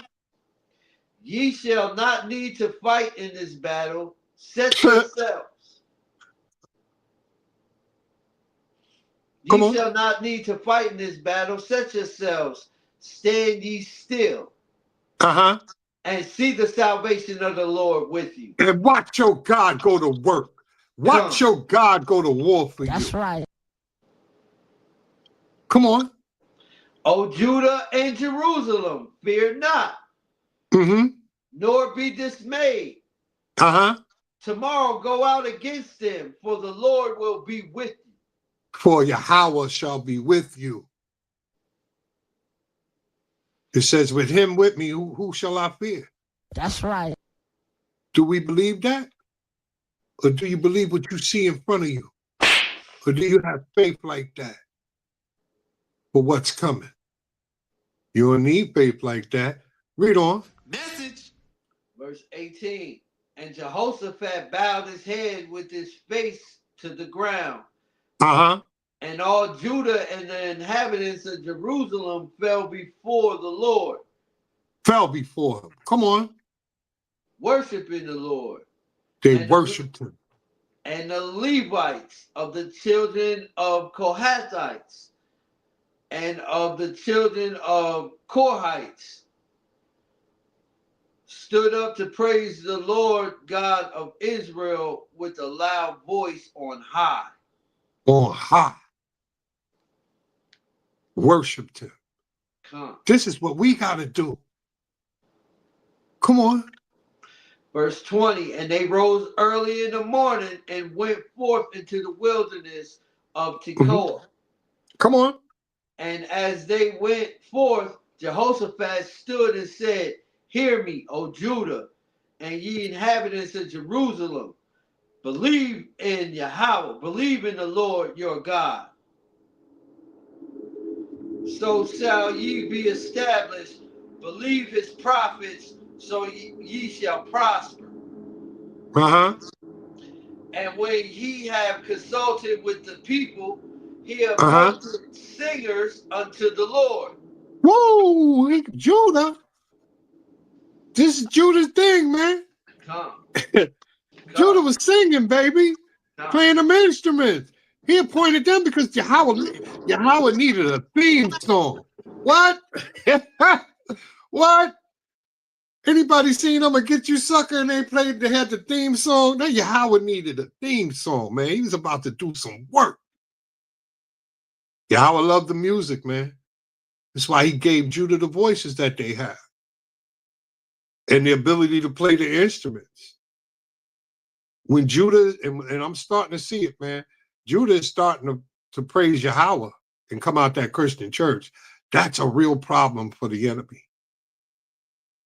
Come on.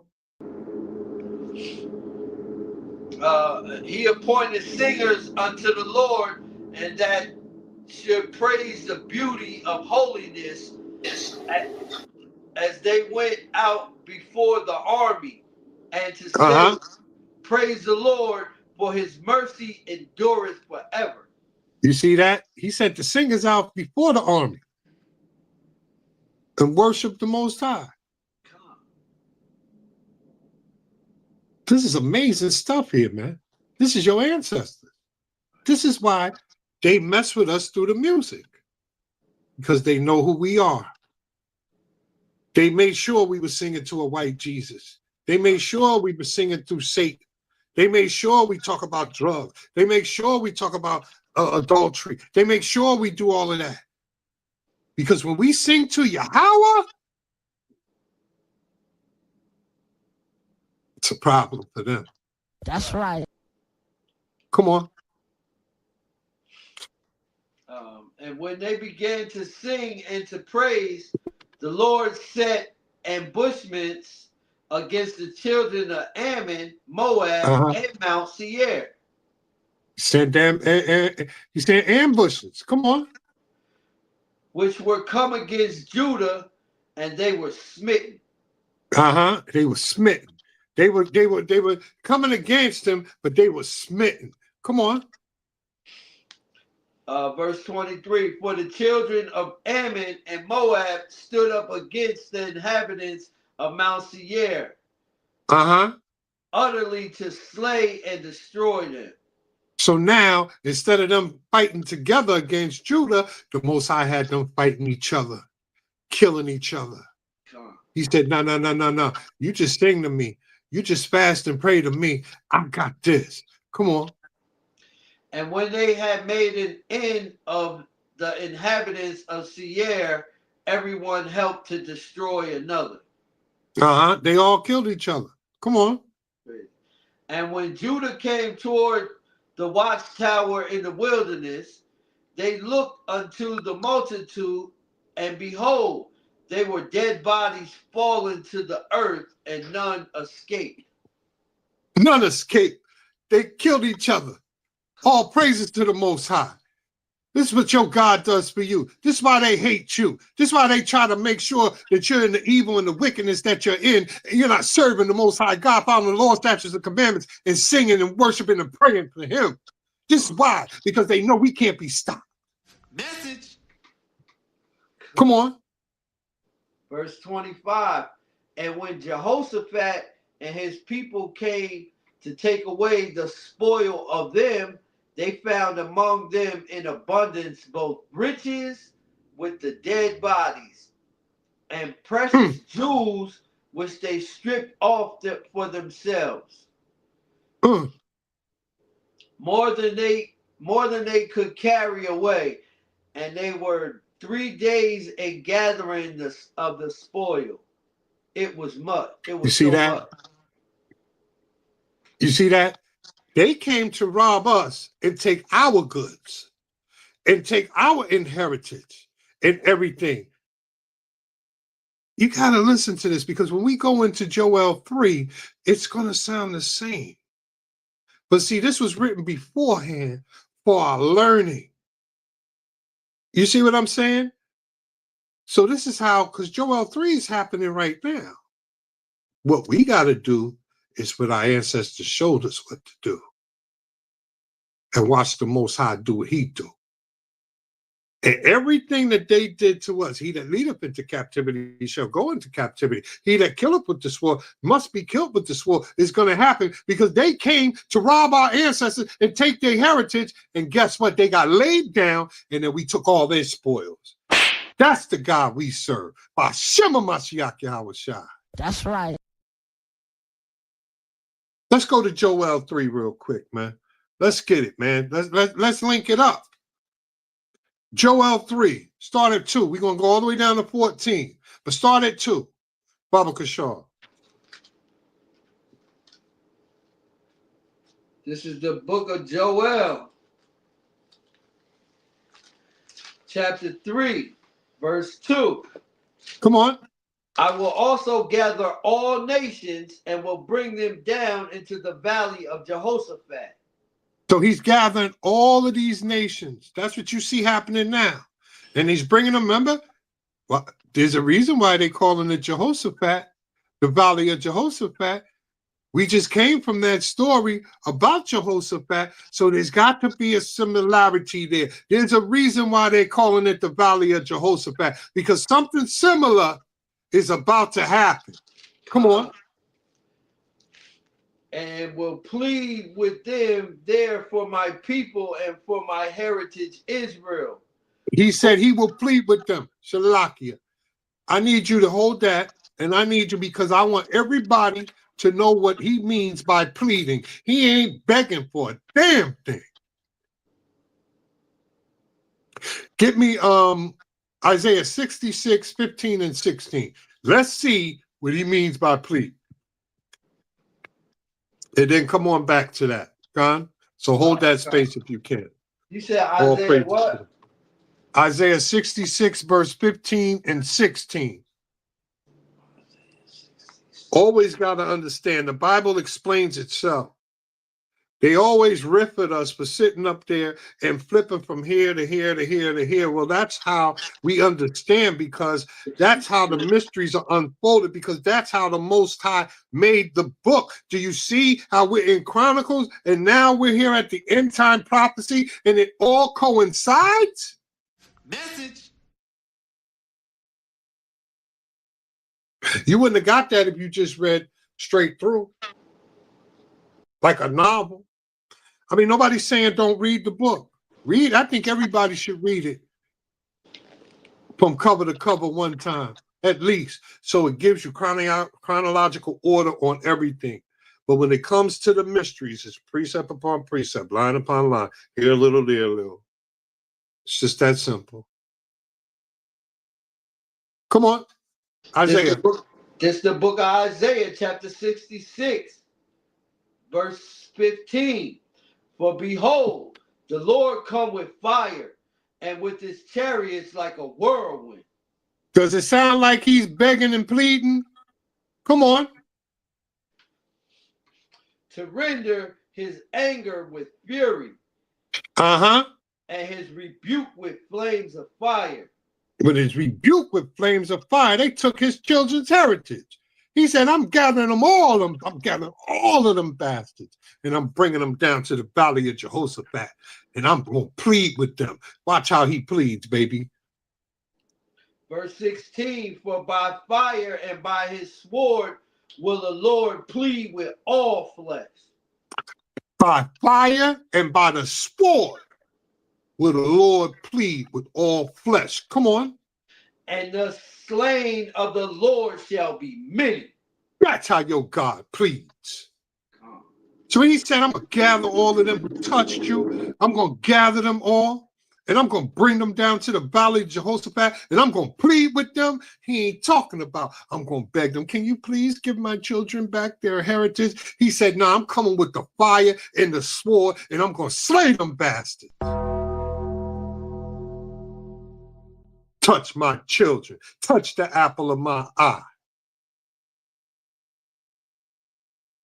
This is what we got to look forward to, Yasharala. Go ahead back, man. Go on back. Let's get this. If this don't hype you up, I don't know what to. This is the book of Joel, chapter 3, verse 2. Come on. I will also gather all. I can't hear you, King. For my people. You got to go back. You went out, King.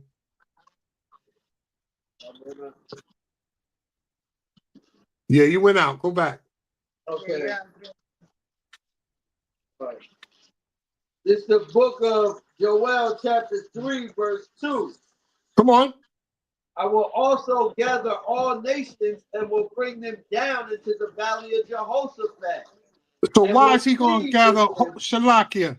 Shalakia, why is he gathering all nations? If you remember in the book of Luke, it says that we will go into captivity into all nations.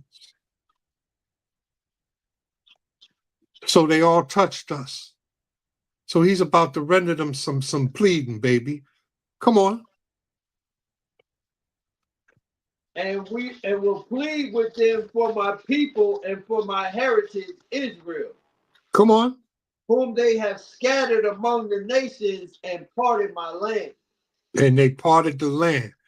You understand? They threw us into the slave trade. We got not only one slave trade, you got 3 slave trades, just to mention, right? Or 3 major slave trades, not alone with other trades, right? You got Moab, who's what? China. Silk Road slave trade. You got the sub-Saharan slave trade, which is who? Ishmael. The Arabs. Spreading us to the east. And then you got Esau, the white man. Transatlantic slave trade. Spread us into all nations. And they all got to get it. Come on. And they have cast lots for my people and have given a boy for a harlot. And sold a girl for wine that they might drink.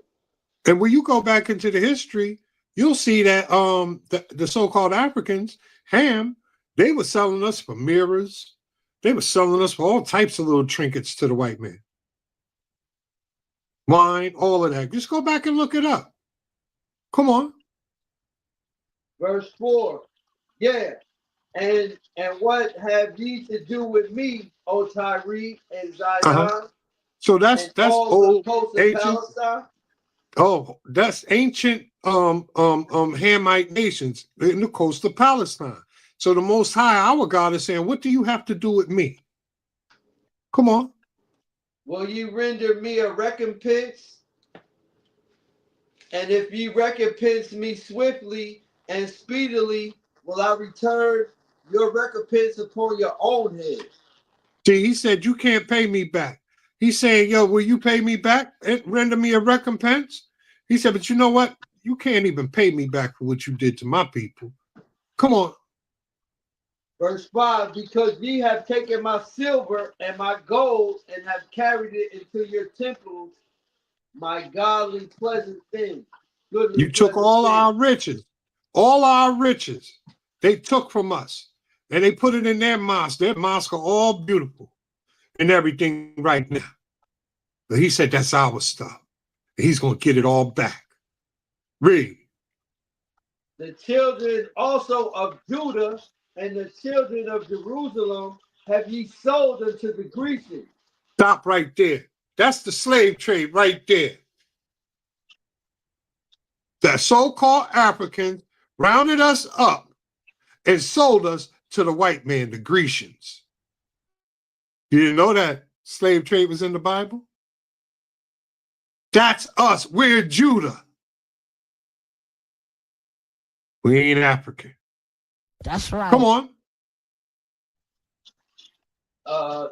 The children of Israel also of the children of Judah, also the children of Jerusalem have ye sold unto the Grecians, that ye might remove them far from their borders. And they removed us far from our land. Come on. Behold, I will raise them out of the place whither ye have sold them, and will He's return raising the us up. recompense upon your own head. He's raising us up right now, and he's going to give them their own recompense, baby. Come on. And I will sell your sons and your daughters into the hands of the children of Judah. Hey, we got to get some get back, because that's a just balance. You understand? The Most High said, I'm a balanced God, and that's justice. That's you right. took our children and sold our children, and he said, I'm going to let them get used too. I'm going to give them to you, and they're going to sell you. It says what in the book of Revelations? It says what? He who leadeth into captivity must go into captivity. He who killeth with the sword must be killed with the sword. Here's the patience of the saints. Come on. And I will sell your sons and daughters into the hands of the children of Judah, and they shall sell them to the Sabians. And we're going to sell them to the Sabians. Come on. To a people far off, for the Lord has spoken it. For no, HOI has spoken it. For the Lord has spoken it. No, Brother Macabre has spoken it. For the Lord has spoken it. Thus saith the Lord. That's right. So it's said, it's got to be done. Read. Verse 9, proclaim ye that this among the Gentiles. Come on, here we go. Prepare war. Come on. For the mighty men. Lift up the mighty men. Come on. Let all the men of war draw near. Let them all draw near. This is him bringing them together. Let them come up to the valley of Jehoshaphat. Come on. Beat your plowshares into swords. Meaning get all your weapons together. Get all your weapons together. Come on. And your pruning hooks into spears.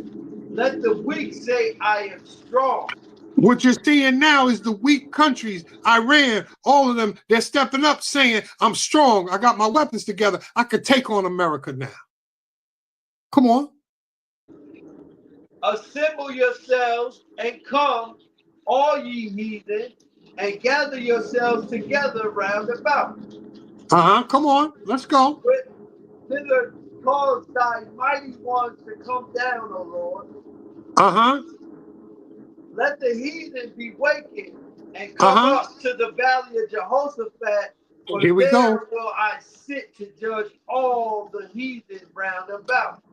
So the same thing that happened with Jehoshaphat is the same thing. He's bringing them down. It's not our fight. He's bringing them down. World War III, the third war cometh. You understand? He's bringing them down, and he's bringing them to the valley of Jehoshaphat. And that's why you're going to see what you're seeing in the World War III and everything, because they're going to destroy themselves. This is why it's called the Valley of Jehoshaphat. Come on. Verse 13, put ye in the sickle, for the harvest is ripe. So the harvest is ripe, meaning the wickedness is ripe. Put ye in the sickle. We're going to find out who has that sickle in a minute. Come on. Come, get you down, for the Lord presses full. The fat for the press is full, and the fat overflow. Come on. For their wickedness is great. For their wickedness is great. Now, let me show you how it connects. Well, let's see. We just connected it to Jehoshaphat. Now we understand why that's the valley of Jehoshaphat, right? So now let's go and see who has this sickle. Let's see who's going to come, who's the mighty ones he was calling to come out the sky and handle business. This is where the judgment's coming. Let's go to Revelation 14:14. Somebody got a sickle in their hand. I think y'all been sitting up there, calling somebody the Grim Reaper, and they this little bony creature, the Grim Reaper, and nah, man, it ain't him.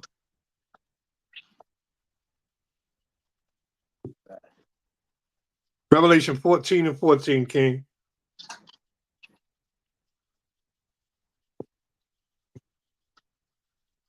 Yeah. Let's see who the Grim Reaper is. Y'all been taught that Yahushua was Saul, white, stringy hair, just soft-spoken. Scripture said that he was a burly man. Scripture said that he wasn't very nice looking. Scripture said that he had a voice of many waters. Scripture said that his feet was dark as if they came out of furnace burnt. That's what the scriptures say. Let's see what else the scriptures say. Read on. This is the book of Revelation, chapter 14, verse 14. Come on. And I looked, and behold, a white cloud. And upon the cloud one sat like unto the Son of Man. Who's the Son of Man? Yahushua, who the world ignorantly calls Jesus Christ. That's right. Come on. Having on his head a golden crown, and he had a golden crown on his head. He had on his head a golden crown because he's the King of Kings and the Lord of Lords. But in his hand he had what? A sharp sickle. He had a sharp sickle. That's your Grim Reaper. Read on.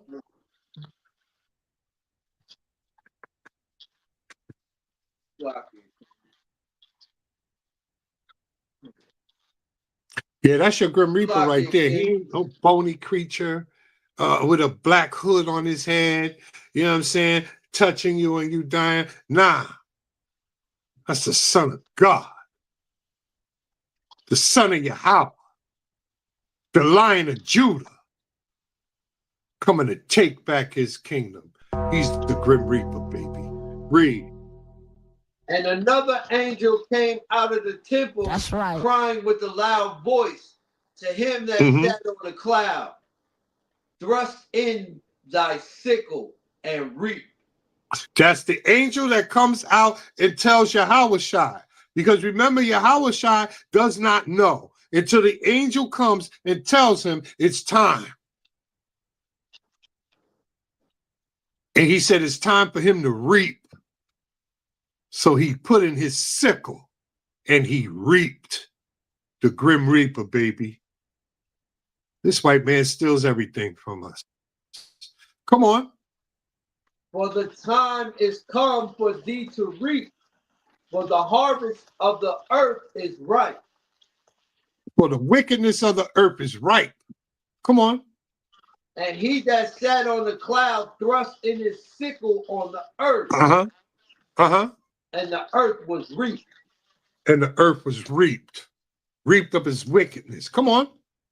And another angel came out of the temple, which is in heaven, he also having a sharp sickle. He brought his boys with him. Another angel came out from the altar, which had power over fire. Remember when we read how he pleads, right? He pleads with his sword and fire. He's showing this is how the Bible connects. He's bringing them, this is the valley of Jehoshaphat. This is what's going to happen. This is why I said the third woe cometh quickly. B'Shem Mashiach Yahushua. That's right.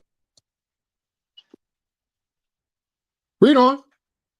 And cried with a loud cry to him that had a sharp sickle, saying, thrust in thy sharp sickle and gather the cluster of the vine of the earth. Out of all the wicked of the earth. Come on. For her grapes are fully ripe. Because the wickedness is fully ripe. Come on. And the angel thrust in his sickle into the earth and gathered the vines of the earth and cast it into the great wine press of the wrath of Yahweh. The great wine press. Remember, we just was in Joel 3, and they was talking about the press. There's your and the sickle. Somebody put the sickle. Now we're figuring out who's who. This is why you read it like this. Because now we understand who had that sickle. That was Christ. That was Yahweh. And the wrath of God is the press. That's right. Come on. And the wine press was trodden without the city, and the blood came out of the wine press, even unto the horse bridles. Hold on. What? By the Hold on. space of 1,600 Hold on. Hold on, King. furlongs. Ah, come on. Oh, Salah. The horse's bridle is the mouth of the horse. You put the bridle in the mouth of the horse. So he's saying that blood came up to the mouth of a horse. You're talking about 5-6 feet of blood. And then when he gives the measurements, what's the measurements? By the space of 1,600 furlongs. 1,600 furlong is 200 miles. Dang. So how much blood does the human body hold? About 10 quarts? I don't know. Amayim, you a nurse, baby. I'm figuring like 10 quarts. I don't even care if you give it 20 quarts. That's a whole lot of people got to go to come up to the mouth of a horse for 200 miles. I'm in New York. 200 miles is damn near to DC. That's a 3-4 hour drive of seeing blood up to the mouth of a horse. And y'all think Christ is soft. That's right. Y'all think this is a game. See, when Christ comes back, this is why I've been so heavily on stop being in the sensationalism. Because what if Christ came back while y'all are in the sensationalism? Huh? What's going to happen? When he says, I never knew you, he's not just going to walk by. I don't know this nigga. No, he's going to hit you with that sickle. Right. Right. He going to put that blood in the street, baby. This is why I tell you to stop worried about garbage, man. Time is too damn short to be worried about this, that, and the third. Stay focused. Stay on target. The Most High is taking this place to war. He's bringing all this war, all this destruction to the earth for you. So he can put you back in your seat. Message. Blood up to the mouth of a horse. Woo! But check this out. Give me Ezekiel 39:12 because y'all you got to understand some things, man. Remember what they were doing in the Valley of Jehoshaphat? They went and got the riches and everything, all them dead bodies. Look what we got to do when we get into Jerusalem.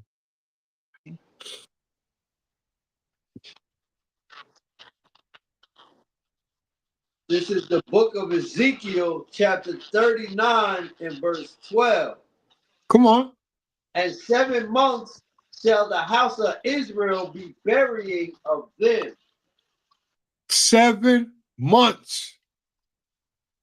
7 months shall we be burying dead bodies. That's a lot of bodies, man. That's just Jerusalem. That's the Valley of Jehoshaphat, man. Dead bodies. See, people don't want to read these parts of the Bible. That's right. They don't want to read who the Most High really is. They want to make him, they want to sugarcoat him, and he be some soft dude and make Satan this big tough guy.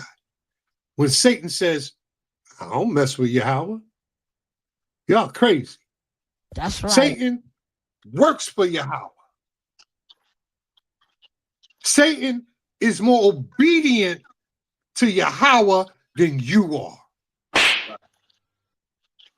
Satan is the employee of the month every month. And y'all got the Christian church thinking they're fighting against each other. Satan know he can't fight Yahweh. Y'all the only ones think Yahweh soft. Y'all the only ones think y'all got time. Y'all the only ones think that it's sweet. Satan, no. I ain't messing with him. I do what he say. But Israel, my people, thank God he made a promise and he's a man of his word to our ancestors, because he should have laid us down a long time ago. Remember, you know, with Moses, he said, man, I'll dead all of them. Y'all forget that's who we talking about? I'll kill them all. And I'll make a mighty nation out of you alone. This is who, come on, man. When he called them to come to the mount and before God, they said he spoke. And they said, no, don't let him speak to us again. Just speak to Moses. Least we'll die. That's how powerful he was or is. And we just play around with him like it's nothing. Time to wake up, time to get it together, time to focus, Yasharah. That's right. All praises to the Most High. Let me get Zechariah 14:12 because we still in the war. I'm still dealing with the war because there's a nuclear war coming. Zechariah verse 14, and I'm winding it down, y'all. I do have one more. Get that. Hey, I got one more clip that I want you to get with Russia. I've been talking about it, but Russia is saying that they'll step in. They already sent threats. I've been saying it, but I like to prove it. Can you get that for me, Bubba Kashaw? When you get the opportunity, King? But yeah, man, nuclear war is coming. Here we go. My man's on top of it. Come.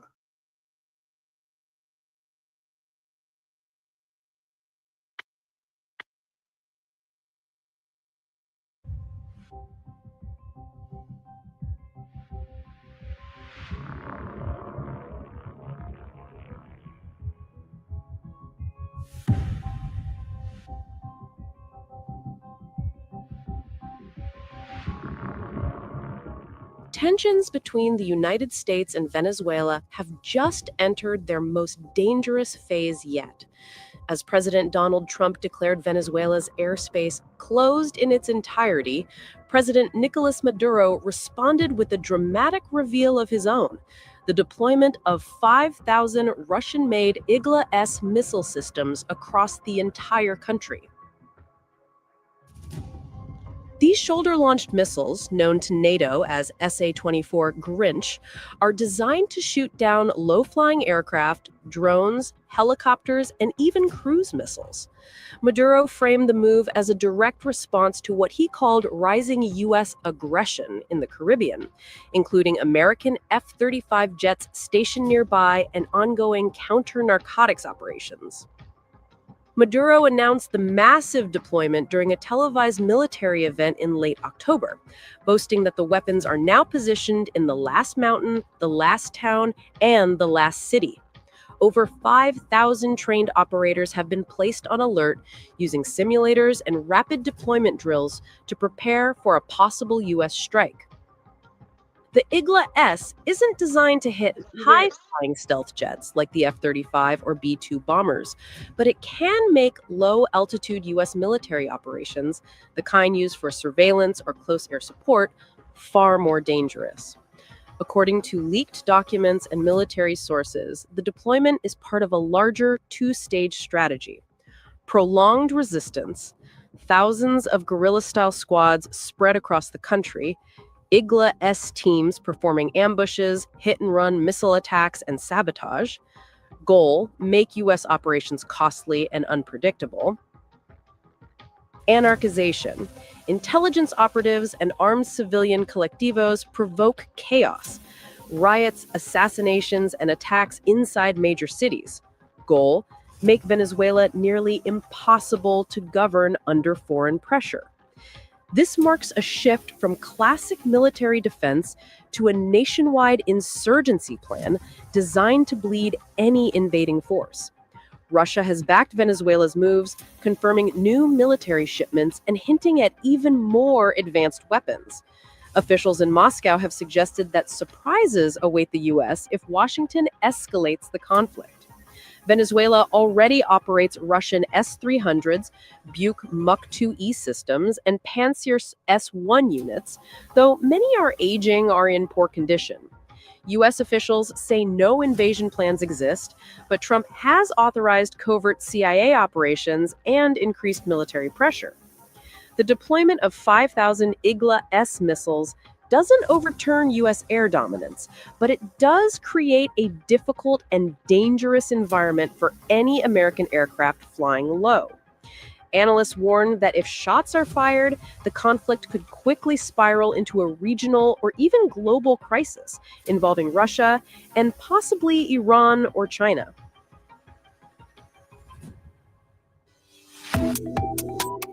Subscribe to the Water King. So, Russia is very much involved.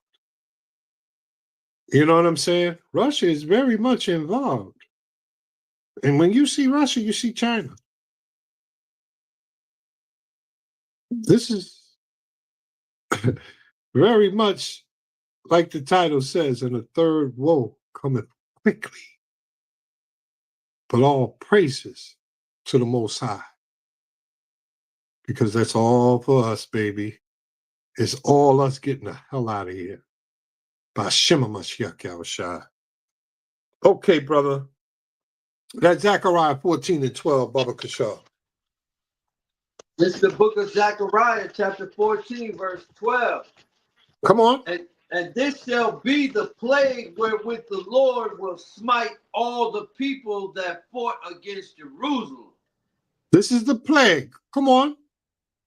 Their flesh shall consume away while they stand upon their feet. Their flesh is going to consume away as they stand on their feet. Come on. And their eyes shall consume away in their holes. And their eyes are just going to consume, melt away in their holes. Come on. And their tongue shall consume away in their mouth. And their tongue's going to just melt or consume in their mouth. What is that? That's nuclear war.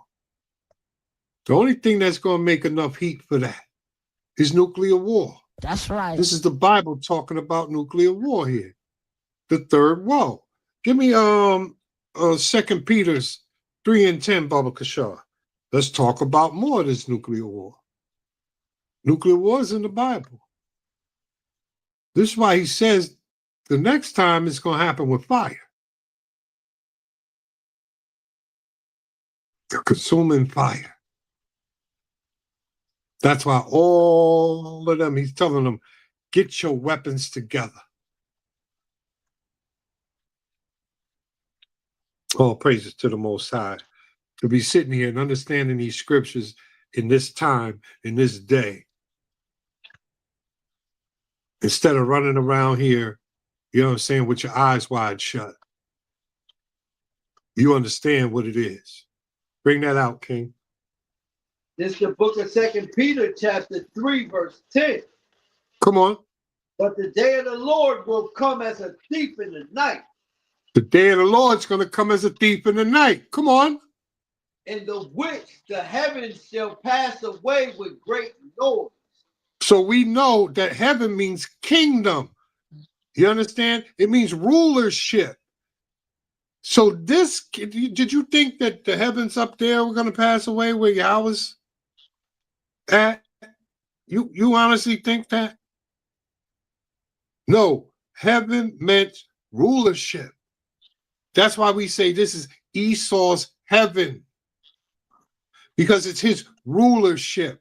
This is going to pass away with great heat. Come on. And the elements shall melt with fervent heat. And the elements are going to melt away with fervent heat. Come on. The earth also and the works that are therein shall be burned up. Everything's going to be burned up. Come on. Seeing then that all these things shall be dissolved, what manner of persons ought ye be in all holy conversation and godliness? You see that? Everything's going to be dissolved and burnt up. Nuclear war, baby. The Most High said, I made the smith. Yeah. The Most High said, I made the smith that makes the bombs, paraphrasing. But he makes the smith.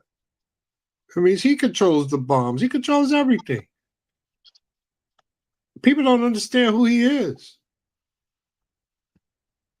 He's doing it like he did Jehoshaphat. He's going to have them destroy each other. He's going to have these people who touched us destroy each other. These people who took our heritage. Remember, those other people were trying to take our heritage.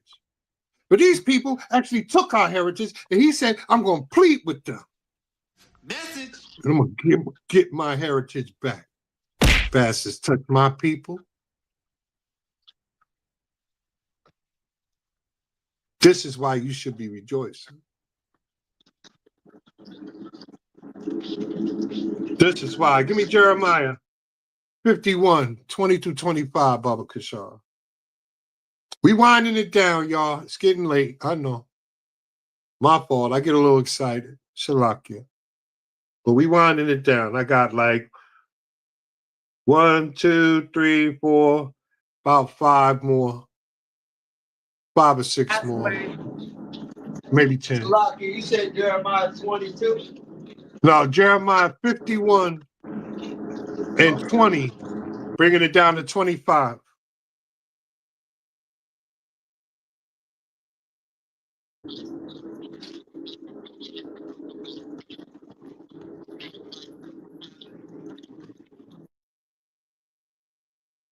Yeah, Jeremiah 51, King. Book of Jeremiah, chapter 51, verse 21. Verse 20. Verse 20, Salaki. Thou art my battle axe and weapon of war. He's going to use us. We're going to get some of this too now. We're going to get some get back. We're his battle axe, his weapon of war. Come on. For with thee will I break in pieces the nation. With us will he break in pieces the nations. He's going to let us get some justice too. Come on. And with thee will I destroy kingdoms. Will he destroy kingdom? That's the very elect. We're going to destroy kingdom. We're going to be down with that. Come on. And with thee will I break in pieces the horse and his rider. The horse and his rider, the tanks, all of that. Come on. And with thee will I break in pieces the chariot and his rider. The chariots are what? The ships. Not spacecraft. You know what I'm talking about, the damn planes and bombers and stuff. Come on. With thee also will I break in pieces man and woman. Woo! Man and women gonna get it. Come on. And with thee will I break in pieces old and young. Old, they gonna get it. And the young, they gonna get it. They don't know the God that we serve. They don't know our God. They think he's soft. They think he lives by these rules, that you put him in a box. He flooded the whole earth, killed man, women, and child by the millions. And you say he won't, not my God, not my Jesus. You don't know him. That's why you're not afraid of him. That's why you're more afraid of Satan than you are him. Come on. And with thee will I break in pieces the young man and the maid. See that? And the maid. Meaning the young woman, the young man, and the young woman. Everybody gonna get it. Come on. I will also break in pieces with thee the shepherd and his flock. The leaders and their flocks. Come on. And with thee will I break in pieces the husbandman and the yoke of oxen. Come on. And with thee will I break in pieces captains and rulers. Come on. And I will render unto Babylon and to all the inhabitants of Chaldea all their evil that they have done in Zion in your sight, saith the Lord. So this is the second Babylon.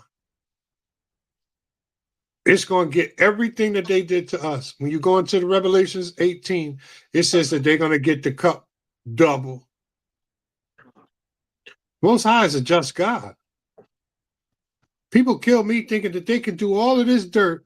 When we, the children of Israel, went into captivity, we got buck broken. We got our children fed to alligators. We got our women raped. We got our women they cut the bellies and took our children out and kicked them in the head with boots and then sold up cats in them. And this joker could just waltz into the kingdom. But we the chosen? No, it sounds like they the chosen. If that's your ideology. Sound like they the apple of his eye. Can just get away with all of that. And plus destroy the earth. And plus destroy the air. And plus destroy the fish in the oceans. And they could just waltz in. But we get condemned as a whole. It's a damn lie.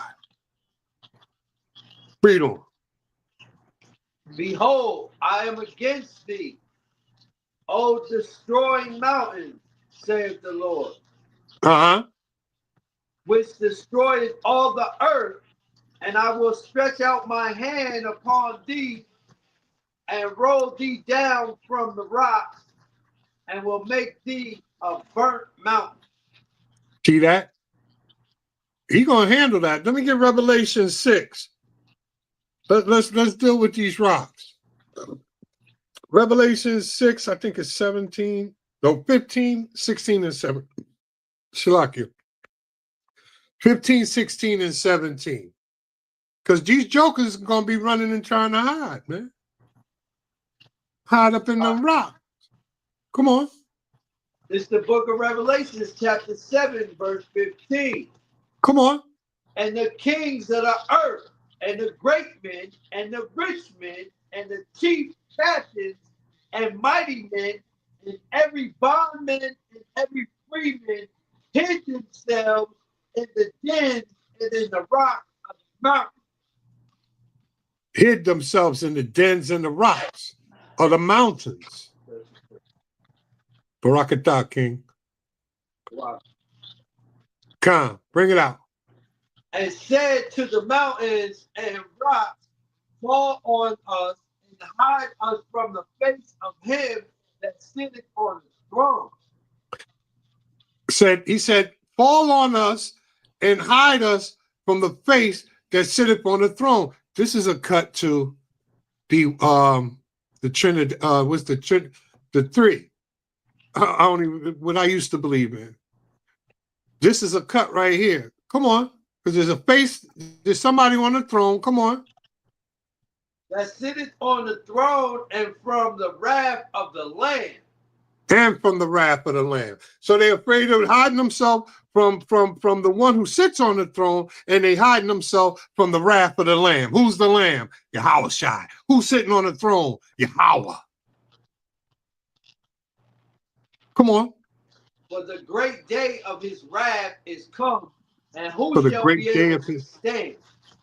And who shall be able to stand? The great day of his wrath is come. I don't know what y'all reading in this Bible, man, but I got a healthy fear. I know I'm struggling with things. I mean, I ain't saying don't struggle, but I mean, come on. Stay on target. You know, some things he's not going to take away from you right away. But stay on target, man. Let me get Micah 5, 7 through 15. We almost there, Yasharala.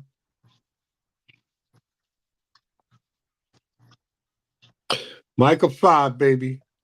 I'm showing how we gonna get a part of it too. You understand?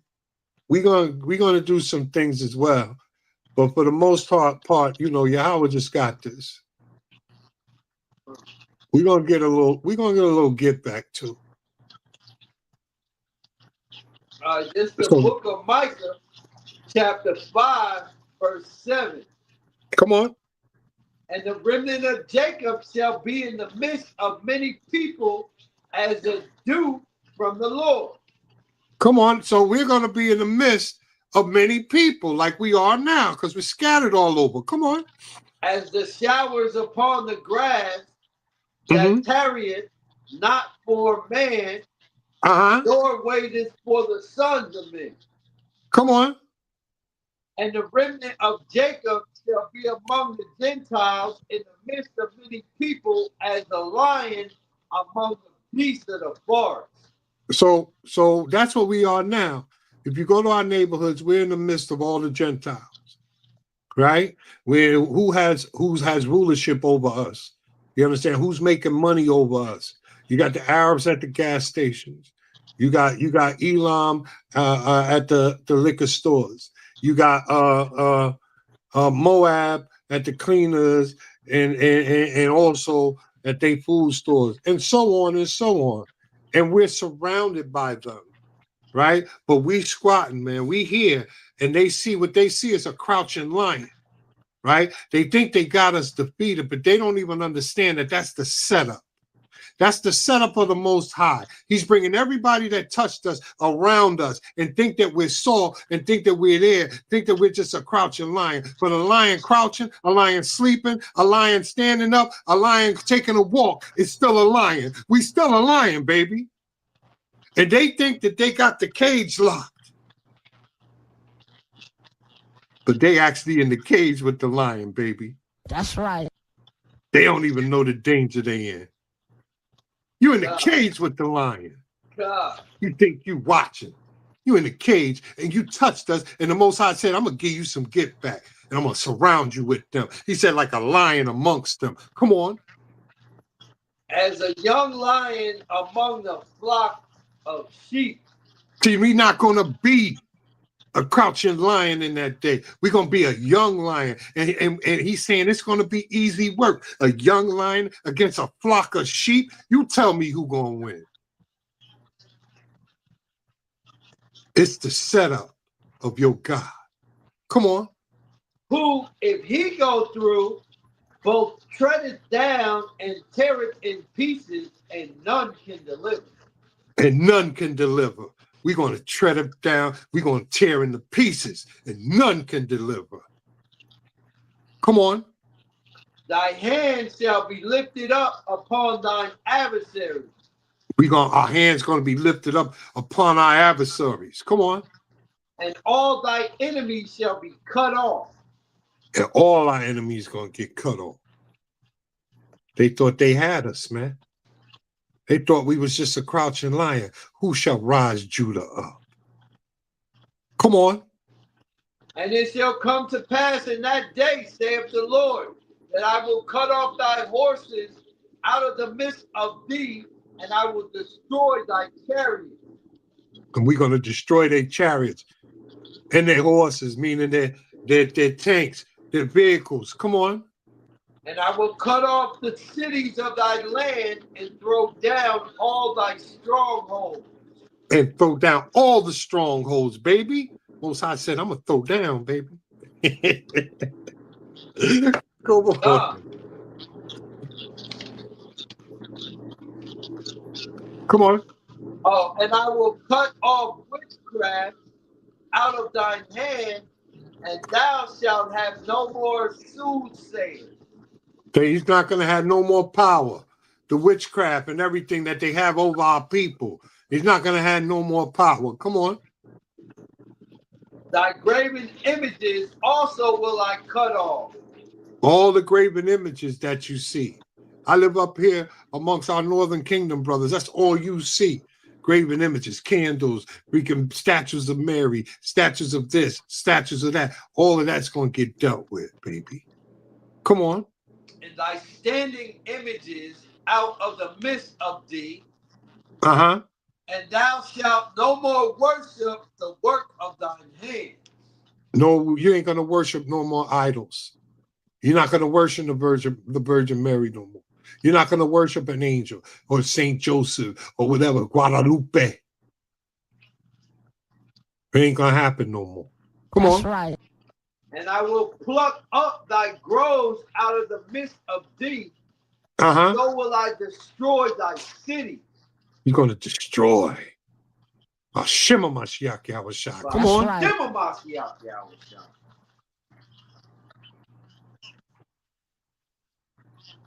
And I will execute vengeance in anger and fury upon the heathen, such as they have not heard. Such as they've never seen before. He's going to execute vengeance, baby. This is your God, man. There's got to be some rejoicing going on, man. The third woe cometh quickly. All praises to Yahweh. That's right.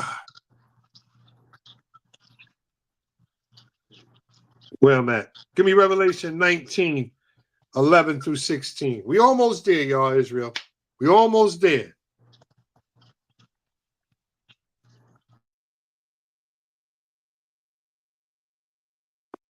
Revelation 19, chapter 11, 19, verse 11 through 16. Baba Kasha. This is the book of Revelation, chapter 19, verse 11. Come on. And I saw heaven open, and behold, the white horse. Come on. And he that sat upon him was called Faithful and True. Faithful and true. Come on. And in righteousness we do judge and make war. Come on. His eyes were as a flame of fire. And his eyes were as that flame of fire, as they described him in chapter 1 of Revelation. His eyes had a flame of fire. Come on.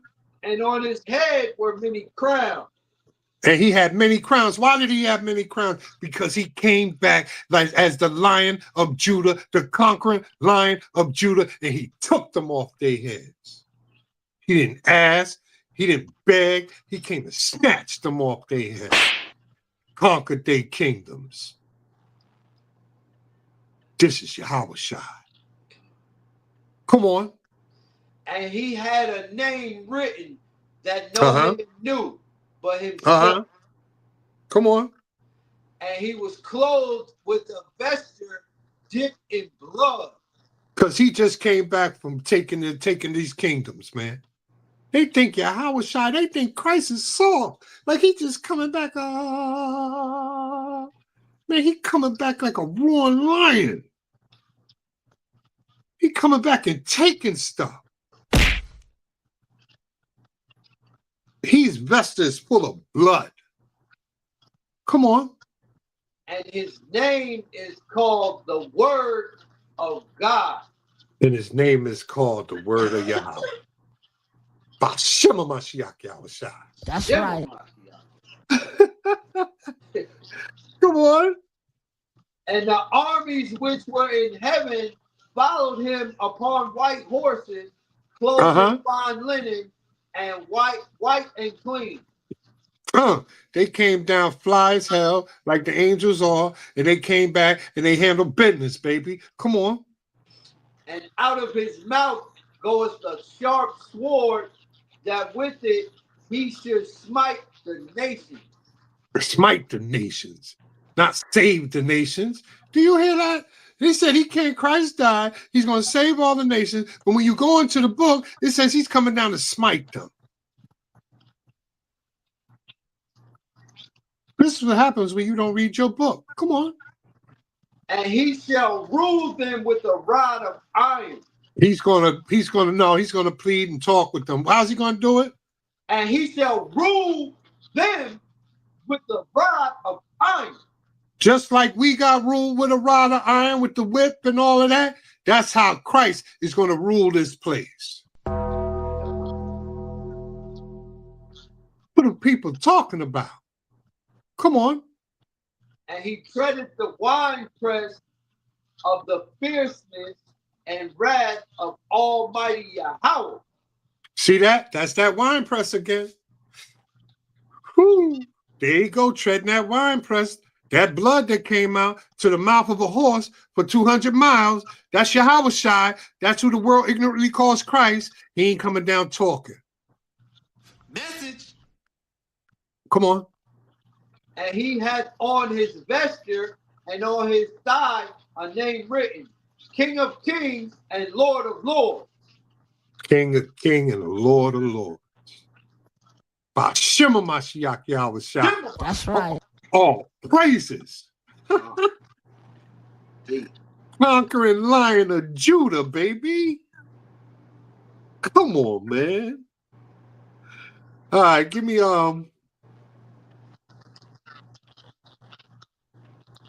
which one I want to go first? Give me Amos 9:8 through 12, Baba Kashar.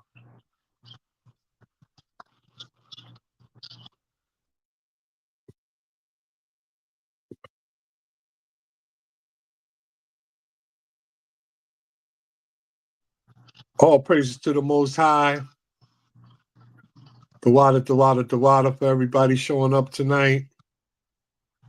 All praises to Yahweh Shem Yahweh Shai. I hope, everybody got edified or somebody. All praises. Bring it out. It's the book of Amos, chapter 9, verse 8. Come on. Behold, the eyes of the Lord God are upon the sinful kingdom. Uh-huh. And I will destroy it from off the face of the earth. He said, I'm going to destroy this place off the face of the earth. Come on. Stating that I will not utterly destroy the house of Jacob. He's not going to utterly destroy us. Come on. For lo, I will command and I will sift the house of Israel among all nations. So he sifted us amongst all the heathen. Come on. Like as corn is sifted in a sieve. Uh-huh. Yet shall not the least grain fall upon the earth. Come on. All the sinners of my people shall die by the sword. That's the 2/3, man. They all shall die by the sword, man. He gonna get Israel too. Come on.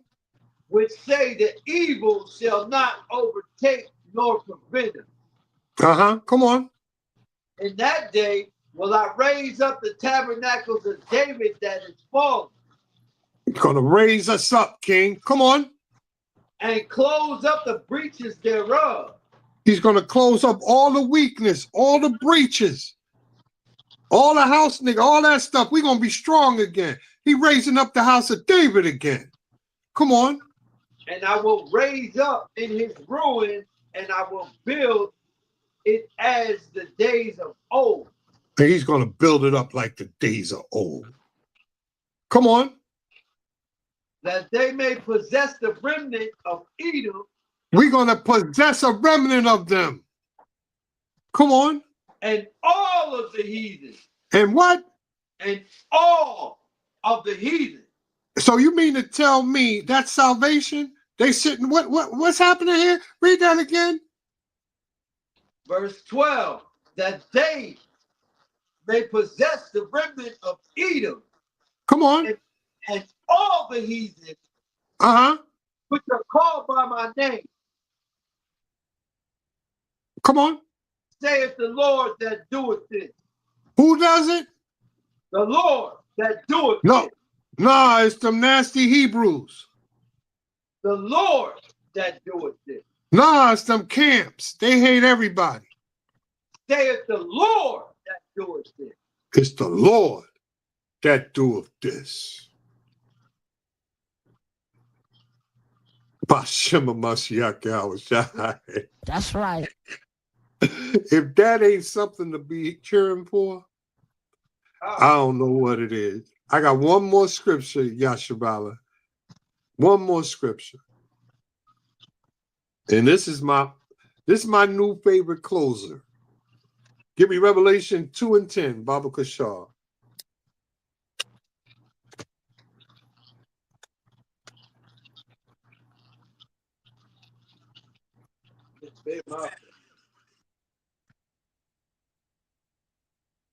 That's right.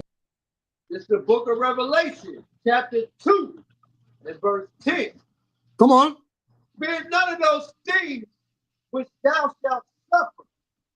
Fear none of those things which we shall suffer. Come on. Behold, the devil shall cast some of you into prison.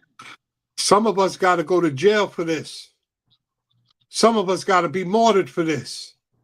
Come on. That ye may be tried, and ye shall have tribulation 10 days. Come on, tribulation. Come on. Be thou faithful unto death. Be what? Be thou faithful unto death. Nah, save the Gentiles now. What? Be thou faithful unto death. Be thou faithful unto death. Come on. And I will give thee a crown of life. Got to fight for your crown, baby. That's it. Got to fight for this crown. You got to be faithful unto death. But look at all what's going on for you, baby. Look at all what's going on for you, Yasharala. It's a beautiful, beautiful day. One question. Hey, Abner, did you ever get that song together? Man, there's just one song I heard, man. It is perfect for this. It's a short clip, but it boils my, man, it just rocked my soul when I heard it. I hope he was able to extract it from what I sent to him. Abner, please tell me you did it. If not, oh well. But beautiful song. It was on the AI, the AI Bible movie. I don't know if y'all watched that, but if you don't, you should. And I was reading Amos, and man, they had this song on there that brought chills to me. And I was hoping to end it because it was appropriate to this lesson. But I don't know if Abner was able to make it happen. But at any rate, if that can't happen, all praises to you. How about Shimmy? I was shy. You understand? I hope that this class was edifying to my people. I hope somebody, the Most High used me to edify somebody. All praises to Yahweh, man. Israel, stay focused, man. Stay focused. You know what I'm saying? Stop. Don't worry about the sensationalism. You got bigger things to worry about than to worry about whether we believe in Cornelius this or he's an Israelite or whatever. You know what I'm saying? All the bull crap that's going on in Israel right now is just it's draining. You know what I'm saying? But it's really there. Those are spirits. You understand? Those are spirits to keep you away from what you're doing. But guess who's throwing them on you? That's the Most High. Because he creates the spirits. And he throws them at you. Why? Because he wants to see if you're going to follow him. He wants to see, are you going to go with this hype? He wants to see if you're going to stray away from him so that he can sneak up on you like that thief in the night and put that sickle on your butt. He wants to see where your heart's at. Everything that we've ever accomplished or we've done, even when you were in the wilderness, we were tried. When we went into the promised land, we were tried. We were tried doing everything. He tells you that I try you through the fire to make you find gold. He tells you I'm going to try you to be a burnt offering that's sweet unto his nostrils. He said, I'm going to try you every step of the way. So stay focused, Israel. Stay on target. Stay focused. And Kum Yasharala. All praises to Yahweh Hashem Yahushua. Abner and Ariel, come on out. Come on out. Come on out. The water for reading for me, King. I know it was a lot of reading, man. I appreciate you.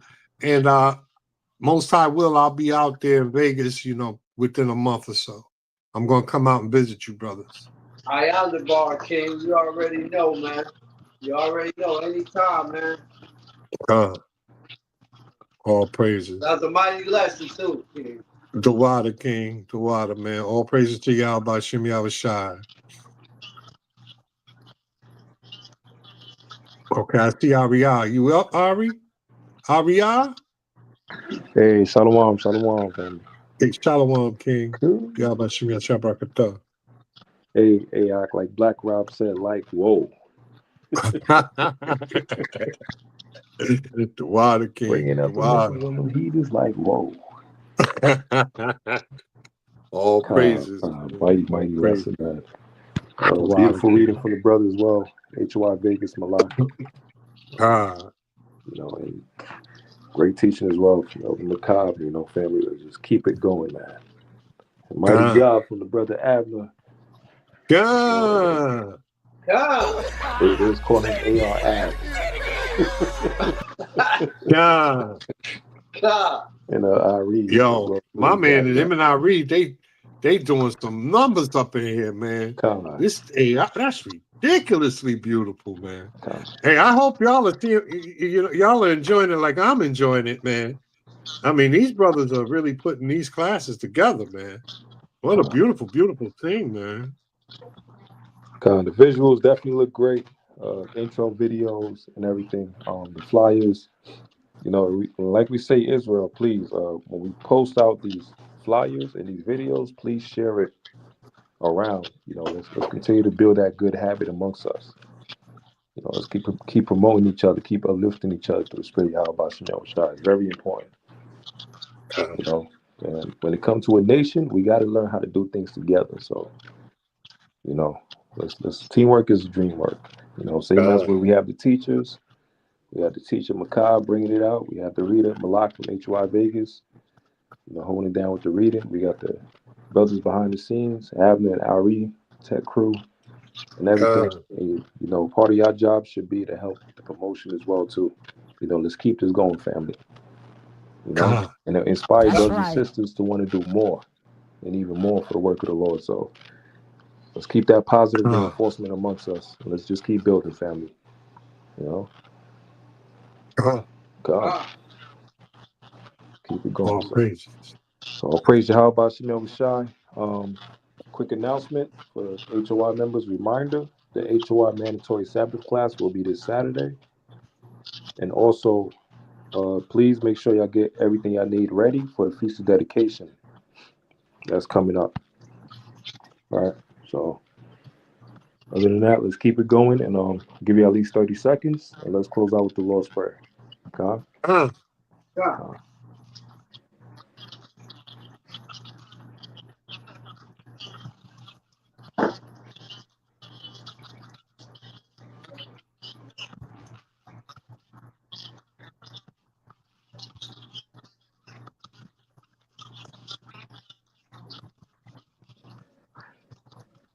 All praise Yahweh Hashem Yahushua, Hashem Rachakadash. Shemai Yasharallah Yahweh Allah Haynawa Yahweh Ahad Abinawa Shabashamayim Kodash Haya Shamka Yahweh Malakwafka Taba'aratizaka Haya Isha Ba'aratiza Kawa Haya Bashamayim Natananawa Laham Hayuam Wasalachnawa Khabawafnawa Kasalachnawa Khabawafinawa Wala'at Tabiyainawa Banasayawan Abal Hawashainawa Mayan Rai Kayalaka Hamalakwaf Waha'alal Wahataparaf Lai Walamyam Aman Our Father which art in heaven, hallowed be thy name. Thy kingdom come, thy will be done on earth as it is in heaven. Give us this day our daily bread. Forgive us our debts, as we forgive our debtors. And lead us not into temptation, for thine is the kingdom and the power and the glory forever and ever. Amen. Curse upon the heathens and also America. Shalak, Rayim, wa Anashim, wa Abadim, wa Haragim, wa Mashapatiam, Alikala Adawamium, wa Gawamium, wa Ayabian, wa Babakashah, the water to Wabba Walam. Amen. We come to Yahweh Bashem Yahushua to bring righteous judgment and death and destruction and wrath to the heathens, to those that try to come against the nation of Israel, and also to the wicked of the people of America that try to come against your word as well. So once again, family, let's continue to endure, continue to strive for the kingdom of heaven, stay focused, stay consistent, and keep each other in prayer. With that, Kwame Shala. Come.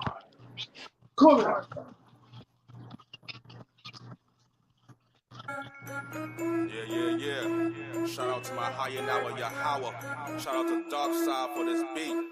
All praises to my higher now, Yahweh, the house of Israel. Put your hands on your heart for your God. We gonna roll with Yahweh. What? He's out higher now. Yeah. We gonna roll with Yahweh, and his name is full of power. Come on. We gonna roll with Yahweh. Yeah. He's out higher now. What? We gonna roll with Yahweh, and his name is full of power. We gonna roll with Yahweh. He's out higher now.